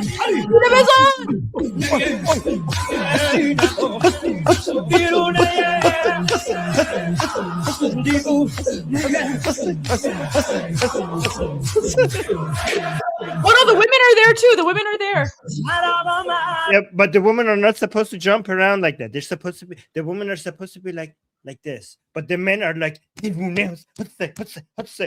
the women are supposed to be like gentle, right? Because you know why? Because if the women go like this, we might get aroused. That's why the woman needs to be gentle. Because if the woman go like this, we're like, oh my god, that's hot, that's sexy. So that's why the woman needs to be. No, that's true. That's the reason, right? Right. So look at this. You can see that Hussein. So they're saying Hussein, but they're making it like Hussein. Like,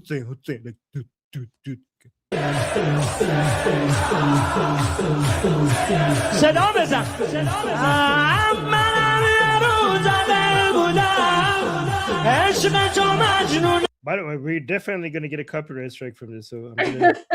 We'll just have to cut it out after. Yeah, guys. So when we tell you that Iran is occupied by like a 7th century like cult, a cult of barbarians, yeah, there you go. Look at that. Like, what is this? Like, I don't know what this is. Like jihadi nightclub. Yeah, it's a jihadi nightclub. This is a lot of pent-up sexual frustration. That's what it is. I'm pretty sure. No, I'm pretty sure that's what it is. 100%. Oh my gosh. Honestly, it's just everything about their ideology is savage. Everything about their ideology is like savage, and it's just like messed up. Like, jeez.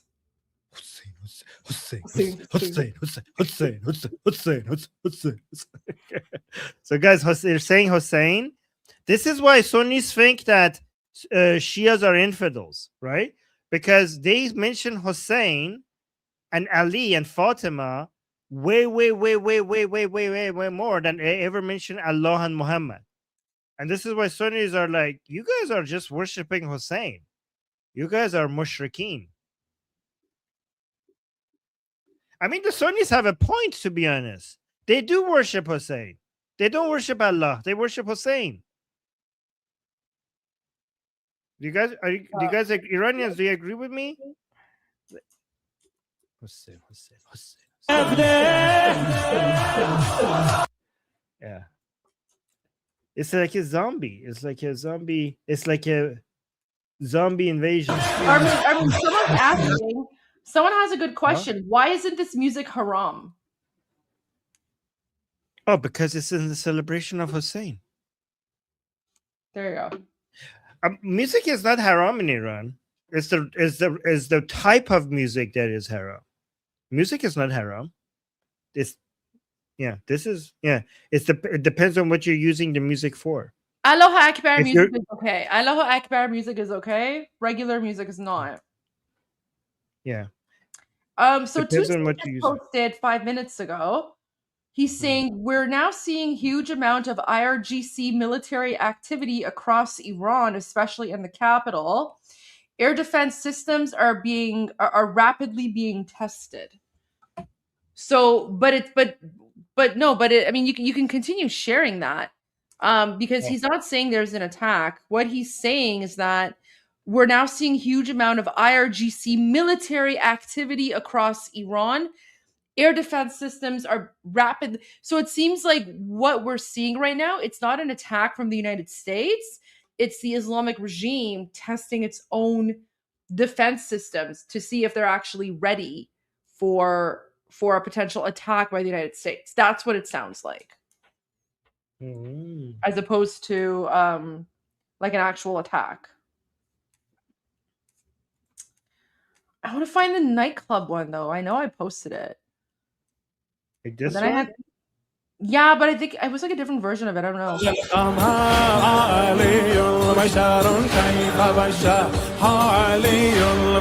All right, guys, you see this one is about Ali. So remember I told you the other one was about Hussein. So remember there's 3 holy people in Shia Islam. Not Allah, not Muhammad. Hussein is number 1. Ali is number 2. And Fatima, the daughter of Muhammad, is number 3. Okay, and this one, the earlier one that I showed you was about Hussein, and this one is about Ali. This is why they're saying Haydar. Haydar means lion, which is Ali. So Ali, this is they love their red rooms for some reason. It's so weird. It's very like BDSM-y. It's very like it's very BDSM. It's very weird. They bring chains. They do a lot of licking, by the way. I don't know if you want to go over that. What Chimili-san. They lick the shrine. They put their eyes on the shrine. Did you know that? Well, they rub their eyes on the medals on the shrine. Just to show that they're willing to, they lick it. Okay, I'm not going to say something. I'm going to tell you something else, which is so gross, and I'm going to say it on there. They do something else that is so gross. When people are walking towards like doing a pilgrimage, you know how they sweat a lot, okay? Yeah. So their socks become very sweaty. So they take the sweaty socks and they take the sweat out of it and they make tea with it and they drink it. No, you're lying. They don't do that. No, they do, because they're saying like these people are so holy that even their sweat is like the sweat from the pilgrimage is basically divine or something holy in some way. Yeah. Oh, interesting. Yes. Wow. Okay. I you know what? I sent you a video. I think this is from Hamid Fad. This one has subtitles. So it's an Iranian rap song. It's making fun of Hey Dad, Hey Dad. But it has English subtitles. So like non-Iranians can follow along. Okay.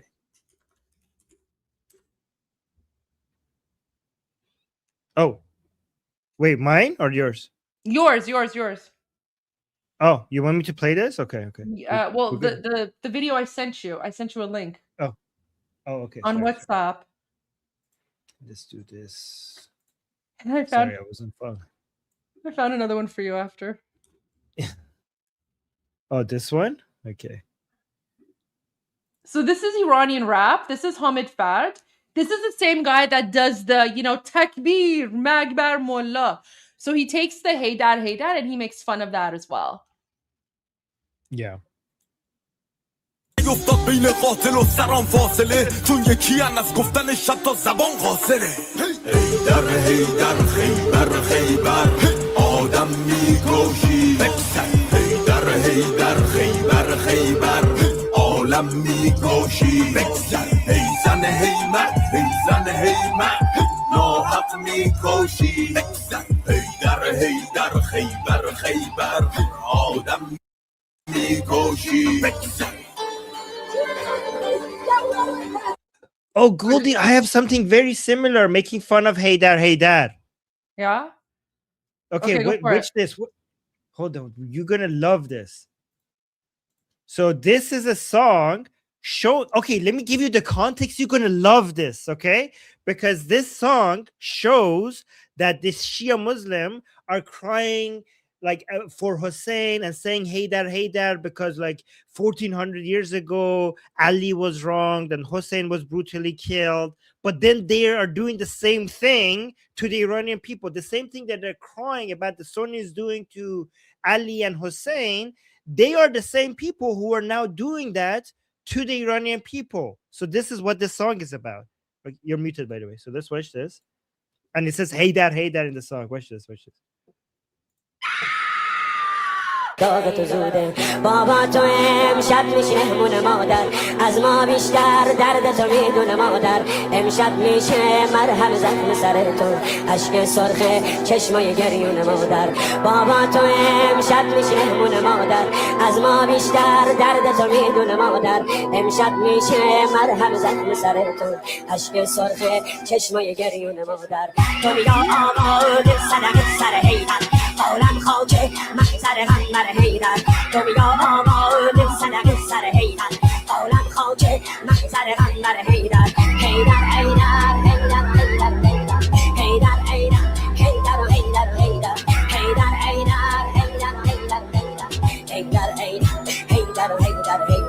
قربون دستای لرزونت بابا پر خون زلف پریشونت بابا اشکاتو پاک کن مگه زینب مرده قربون چشمای گریونت بابا قربون دستای لرزونت بابا پر خون زلف پریشونت بابا اشکاتو پاک کن مگه زینب مرده قربون چشمای گریونت بابا تو بیا آباد صدق سر حیدر عالم خاکه محضر غم هیدر تو بیا آباد صدق سر حیدر عالم خاکه محضر غم هیدر هیدر هیدر هیدر هیدر هیدر هیدر هیدر هیدر هیدر هیدر هیدر هیدر هیدر هیدر. The words at the end says Magbar Jumhuriye Islami, which means death to the Islamic Republic. So that video shows the same people who are there, like, hitting their chests and yelling, hey, dad. They're the same. Those are the Muslim Nazis that are murdering Iranians, right? So, yeah. And the song is about, basically, it's a Shia song about crying and saying like, oh my God, Zainab, look at her tears, like basically crying over cruelty that happened 14 years ago, and basically showing a lot of sympathy for these Arabs being wronged by this army, and then yet now they're the army who are doing the same cruelty. Yeah, So it's basically putting them next to each other to show the hypocrisy. 72 people died 1400 years ago, and you have been crying over it for 1400 years. You have been crying over 72 people dying in 2 days in Karbala, but you have killed, but then you are the same people who have caused so much more cruelty than that. Oh yeah, these people here that are crying, these savages, they're the ones that are murdering us, right? So it's the juxtaposition there of like these 7th century Muslim Nazi savages who yell, they go into like these weird like jihadi nightclubs topless and they beat their chests and yell, "Hey dad, hey dad." By day, this is what they do. This is what they do to us. Yeah, and you see how upset they are. You see how when they're crying. The reason why they're crying is about Hussein and his army, like 1400 years ago. Look how sad they are. Look how they're crying. Look at the way that they're so like. Look at them crying. They're hitting themselves because they're sad. Look at how sad this. Like they're not this sad about their fellow countrymen dying, but they're sad about an event that happened 1400 years ago. It's insane. Bunch of savages. Yeah. Whew. There you go. There's Haydar. So Haydar, right? That's these savages here. There you go. All right. So the only thing I'm seeing, Armin, is just from Tusi TV. So it just looks like so apparently there is a huge amount of IRGC military activity across Iran, especially in the capital, but he's confirmed that air defense systems are rapidly being tested. So it seems as if the Islamic regime is, I guess, trying to, test their air defense systems for like some sort of impending attack or something. Yeah. I think maybe the US and Israel are also basically testing, practicing, preparing, which is basically scaring the crap out of the Islamic Republic. So they're also responding in return, and that's all the noise. Goldie, it might be the case that the Americans and Israelis and other people practicing and preparing, and the Islamic Republic responding, like this dance before the actual war might actually take a couple of days. Like this dance between them until we actually go into full-on head-to-head confrontational war we might be in this phase for a while. I don't know. I mean, all I know is that it's not without reason that the United States has moved a whole bunch of military assets there, right? But this one is different from before, because before we had strikes. This is head-to-head confrontational war. So this is a complete different category compared to like just coming in and doing a strike and then leaving. Yeah. So that's why, we might be going through different levels before we actually see the thing happening. I agree. Yeah. Oh my gosh. So I'm just dealing with a troll on X. So someone's saying like, so like this, this like, jihadi terrorist troll came in X, and like I got rid of them. But someone's saying the chant drew them in. So there you go, Armin. I don't know if we can play that Haydar chant anymore, because if we play it, it's like, I don't know, like the Pied Piper where he plays the flute and then all the rats show up. So I don't know if we play Haydar, all the like the jihadi terrorists might just show up thinking they're in like the like a Haydar place or something. In a Haydar place. Oh my gosh! My Haydar brings all the returns to the yard. No, I don't know. To the yard. Something like that. My Haydar brings all the returns to the yard. Yeah. Okay. Oh, like a moth to the flame. There you go. Yeah. I sent you 2 more Haydar videos. Oh, you did? Okay. Haydar.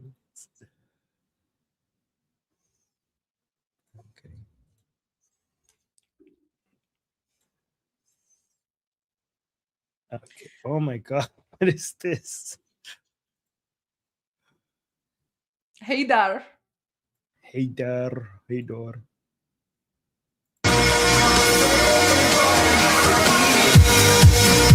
Wait, this is gonna like. Let me do this mute because this is too good. I don't want us It's so to. much better with the music, though. Okay, fine. We're gonna have to remove this later. Yeah, we'll have okay. to cut it out. We'll have to cut it out. But it's just so good.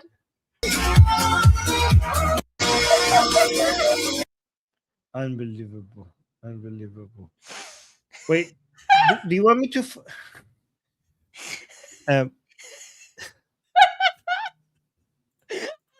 coming. Just dancing along. Guys, that's not the original song, okay? That's not the song. I think a lot of people think that was the song that they were actually using there. Somebody added that. Oh my god. It's so good.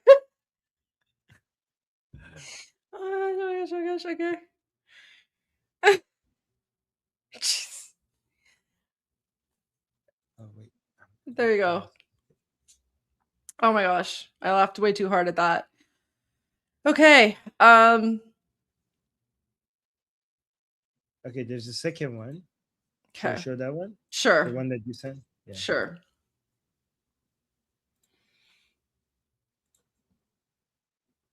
Oh wait, that's the same one. You sent me the same one twice? No, I didn't. Oh, I yeah, don't think so. Okay, here. Click the wrong link.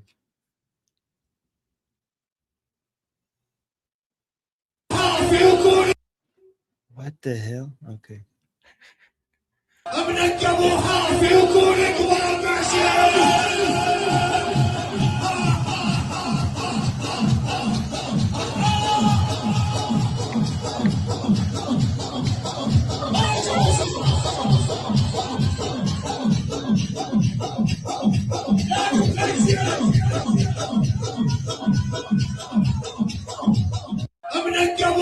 You see how this guy is like hitting his head like a windmill?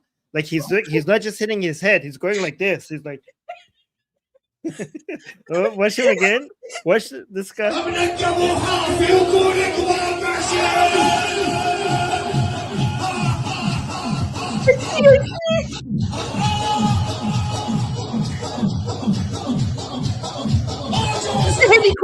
Helicopter. He's gonna like fly. He's gonna fly away.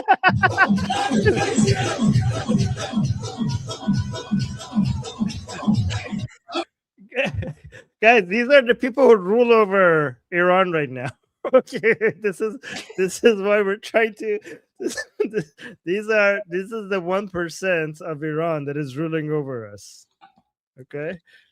Yeah, and that music was not overlaid. That was the original music going on here. So for people who are asking what's going on, welcome to Islam.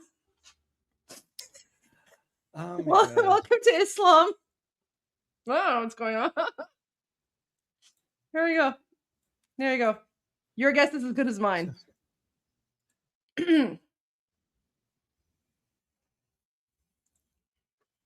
So yeah, compare all of this like blackness and darkness to like Persian culture, which is like, filled with color and, celebration of life and, and joy. I mean, they're always talking about death, right? But Persian culture is always like filled with color. Like if you just like type Nowruz or Shabe, Yaldo or stuff like that, you can see always like Persian culture is about festivals and colors and food and loving and celebration of light and stuff like that. But there's always about black and I mean, they're like, you could literally see that, it's like if you wrote about this in a story, people would be like, okay, that's too. Like, really, you're gonna make the evil people be black and dark and about death? Armin, read the super chat we just got. It's about a story. Oh, the sand people from Star Wars were actually inspired by Muslims. They too are violent and also do this little dance with a stick while screaming. Okay, really? Yeah, this is the original. This is the original. Yeah. Oh my gosh. Wow. Oh my gosh. I don't know, Armin, what to do because I think these people are not getting laid. That's why they're here. I'm pretty sure that's what it is. I think a lot of the world's radicalization is basically comes down to not getting laid. I have this theory. Oh my gosh. Oh, I don't know if this is true or not, Armin. What? Look at this. Look at this. I mean, OSINT, open source posted this. Let me just pull this up. Look at this. So, an Iranian writes, the next time Iranians come to the streets, it won't be with rocks versus bullets. It will be bullets versus bullets.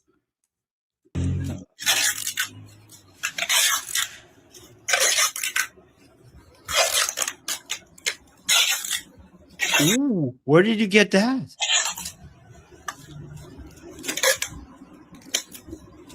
Where'd you get all that?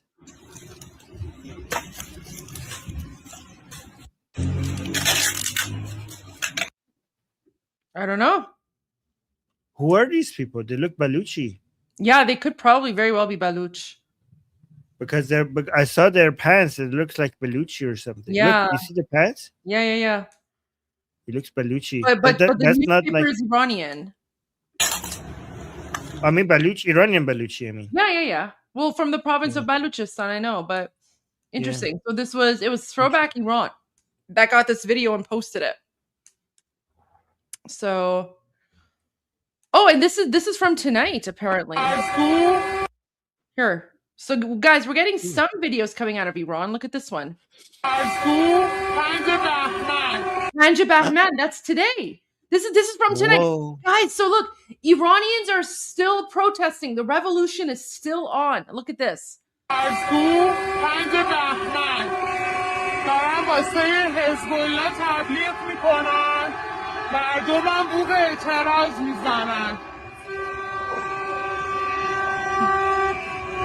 guys, they're advertising. So the Islamic Republic, is advertising Hezbollah, and people passing by, they're complaining by honking against the advertisement for Hezbollah. People, that's what people are complaining against. Yeah, so this is tonight.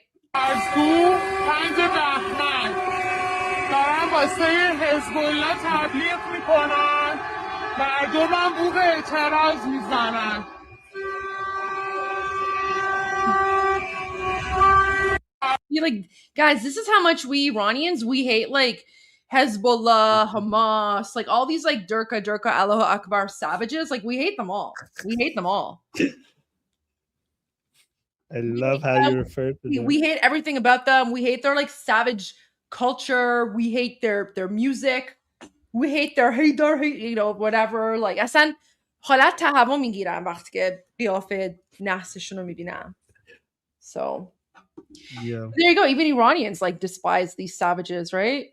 And this is like, we're literally in an occupation. We're being occupied by these savages. So meanwhile, in Minnesota, there's like something going on in Minnesota too. Apparently, it's really big, but yeah, apparently someone else got shot and died. Yeah. I mean, I don't know, man. Like, don't stop ICE when they're trying to do their job, I guess. I don't know. Yeah, maybe don't resist arrest. Yeah.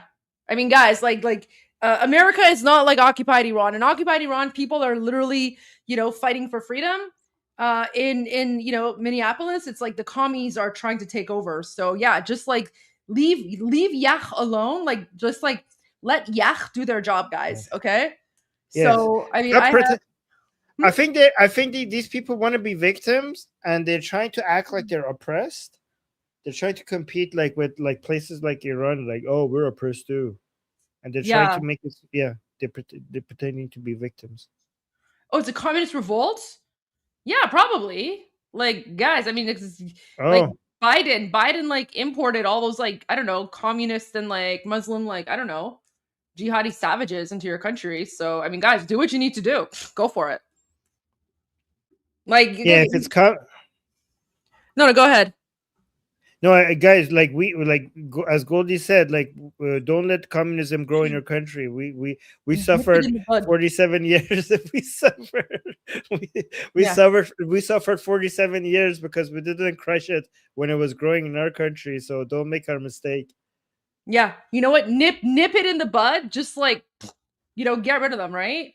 I have zero sympathy for commies and lefties. Like, go after them hard, and like, don't resist, guys. Like, you also have to remember what's happening in Iran. That's very like that is exceptional circumstances, right? Like, Iranians are literally in a revolution, fighting to reclaim their country from 7th century savage Muslims who are shooting them unarmed in the streets, right? But if you're in Canada or the United States or, in any sort of like civilized Western democratic society, when the police tell you to do something, don't resist. Don't fight back. Just say, okay, sure. And then, you take, if you have an issue, you take it to court. Yes. Right? Because that's how it should be. That's how it should be. Right? Yeah, even if it's unjustified, fight it later. Yeah, fight it in court. Fight it in court while you're being arrested. That's not the right time to fight it. If it's unjustified, just after the arrest is over, get a lawyer and fight it later. I mean, this is so obvious. Look at this. What's going on here?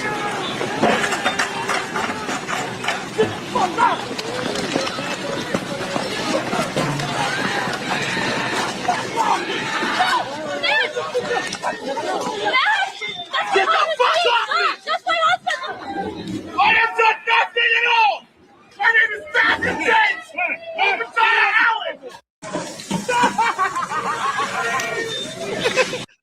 I don't know what's going on there. But you know what? I mean, if there's like a riot going on, maybe don't get in the way. Maybe like, instead of like walking in the middle of the street. I don't know, man. Guys, please. Do not look at Iran. Do not look at Iran and think that, like, I don't know, that's you're not being oppressed. You're living a democracy, and you should be grateful. And you should, when you live in a democracy, you should abide by the laws of your country, and you should be cooperating with your police. Yeah. Only if you're being oppressed by a tyrant, that's the only time that you have to fight back. But when you're in a democracy, you should be grateful, and you should be using if you have any complaints, you should be following the tools that the system that provides you to basically, to show your disagreement or fight. If you want to fight against something in the system, you should follow the framework that they have provided to you to basically get your complaint heard. Yeah. Oh my gosh. What is Do you know this guy from the meme? No. Oh my gosh. Okay, but the caption is insulting. I know.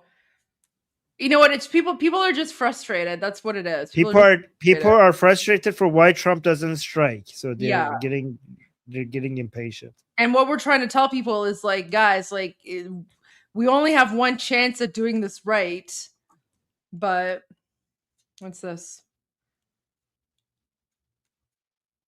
And I think, at the end of the day, we have to trust King Reza Pahlavi because he said, help is on the way. Help is on the way, exactly.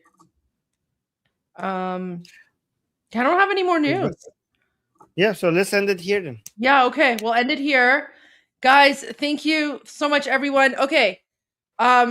We'll be keeping an eye on the news. If for some reason something happens, we will come back. But I have a feeling that this is it.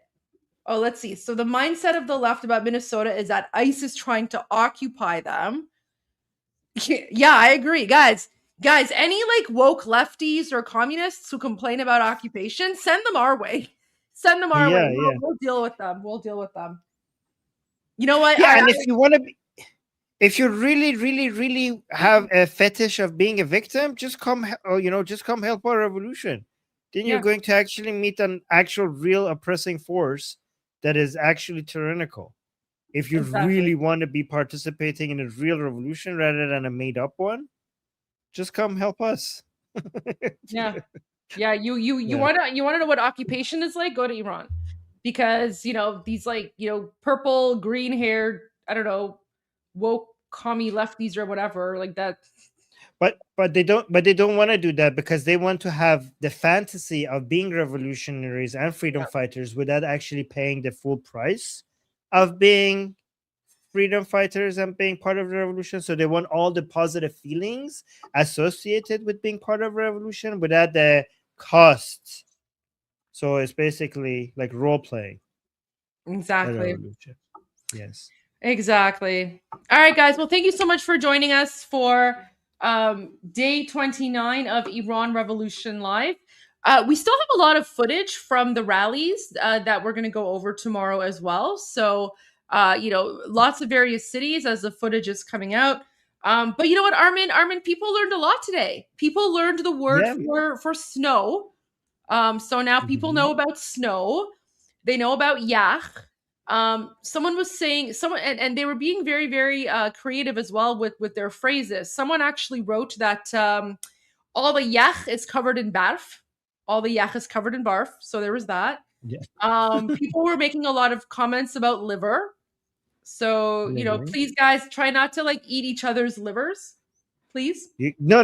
This Valentine's Day, tell your boyfriend or your girlfriend or your wife or your husband that you want to eat their liver. Yeah. It's very romantic. Very romantic. Just say, I want to eat your liver. If you want to be polite, instead of saying yes, so if someone asks you to do something, instead of saying okay, remember to respond with step on my eyes. Right? Yes. So instead of saying okay, just say step on my eyes. All right, guys. On that note, and if you also tell somebody that you'll do circles around them when you want to be very romantic. Like, oh my God, I'm gonna do circles around you. Yeah. There you go. Yes. Yeah. All right, guys. We will see you all tomorrow. Thank you for all of your love and support. And as always, Armin, your catchphrase. I'm Israel Chai, Javid Shah, Payande Iran. All right, guys. See you tomorrow. غرق انقلاب است.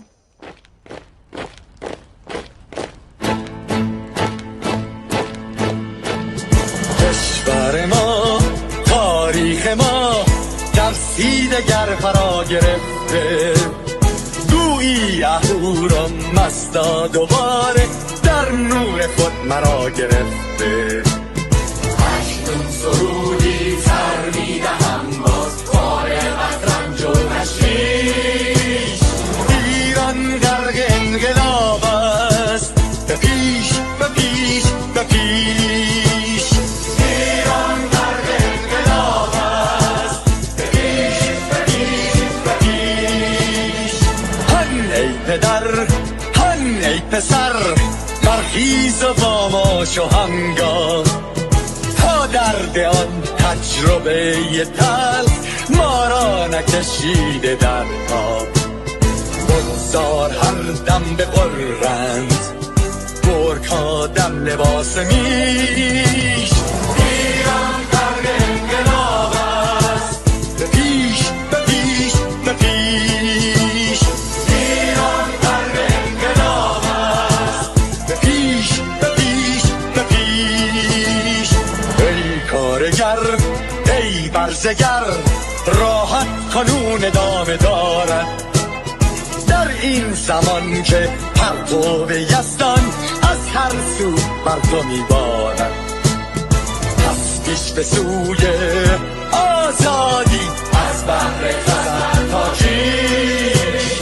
ایران غرق انقلاب است، به پیش به پیش به پیش. ایران غرق انقلاب است، به پیش به پیش به پیش. خلق‌ها به پا، بهر دفاع از استقلال و آزادی، تا بشکنیم پشت ارتجاع تیریزی ویران آبادی. تا زنده سازیم سنت‌های می از بر بالین و کیش. ایران غرق انقلاب است،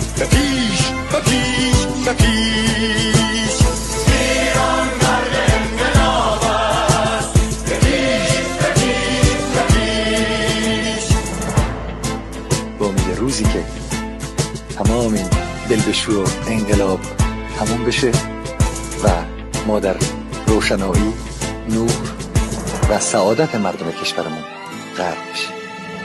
نه خارجی نه بیگانه، نه مستشارهای ویرانی، نه چیر خاران نه کاسه لیسان، فقط هم رزمان ایرانی. آقا شرافت می همین بسازی بهر فرزندان خویش. ایران غرق انقلاب است، به پیش به پیش به پیش. ایران غرق انقلاب است، به پیش به پیش به پیش. مردم بیایید داخل صف ما، اکنون که آغاز رویاست. دشمنان بدانید ما زنده هستی، بعد از ما هم ایران پابرجاست. آن روح شیطان ما را فریب داد با صد شعار مردمیش. ایران غرق انقلاب است، به پیش به پیش به پیش. ایران غرق انقلاب است، به پیش به پیش به پیش. پرچم ما، پرچم ایران غرق خون شهیدان.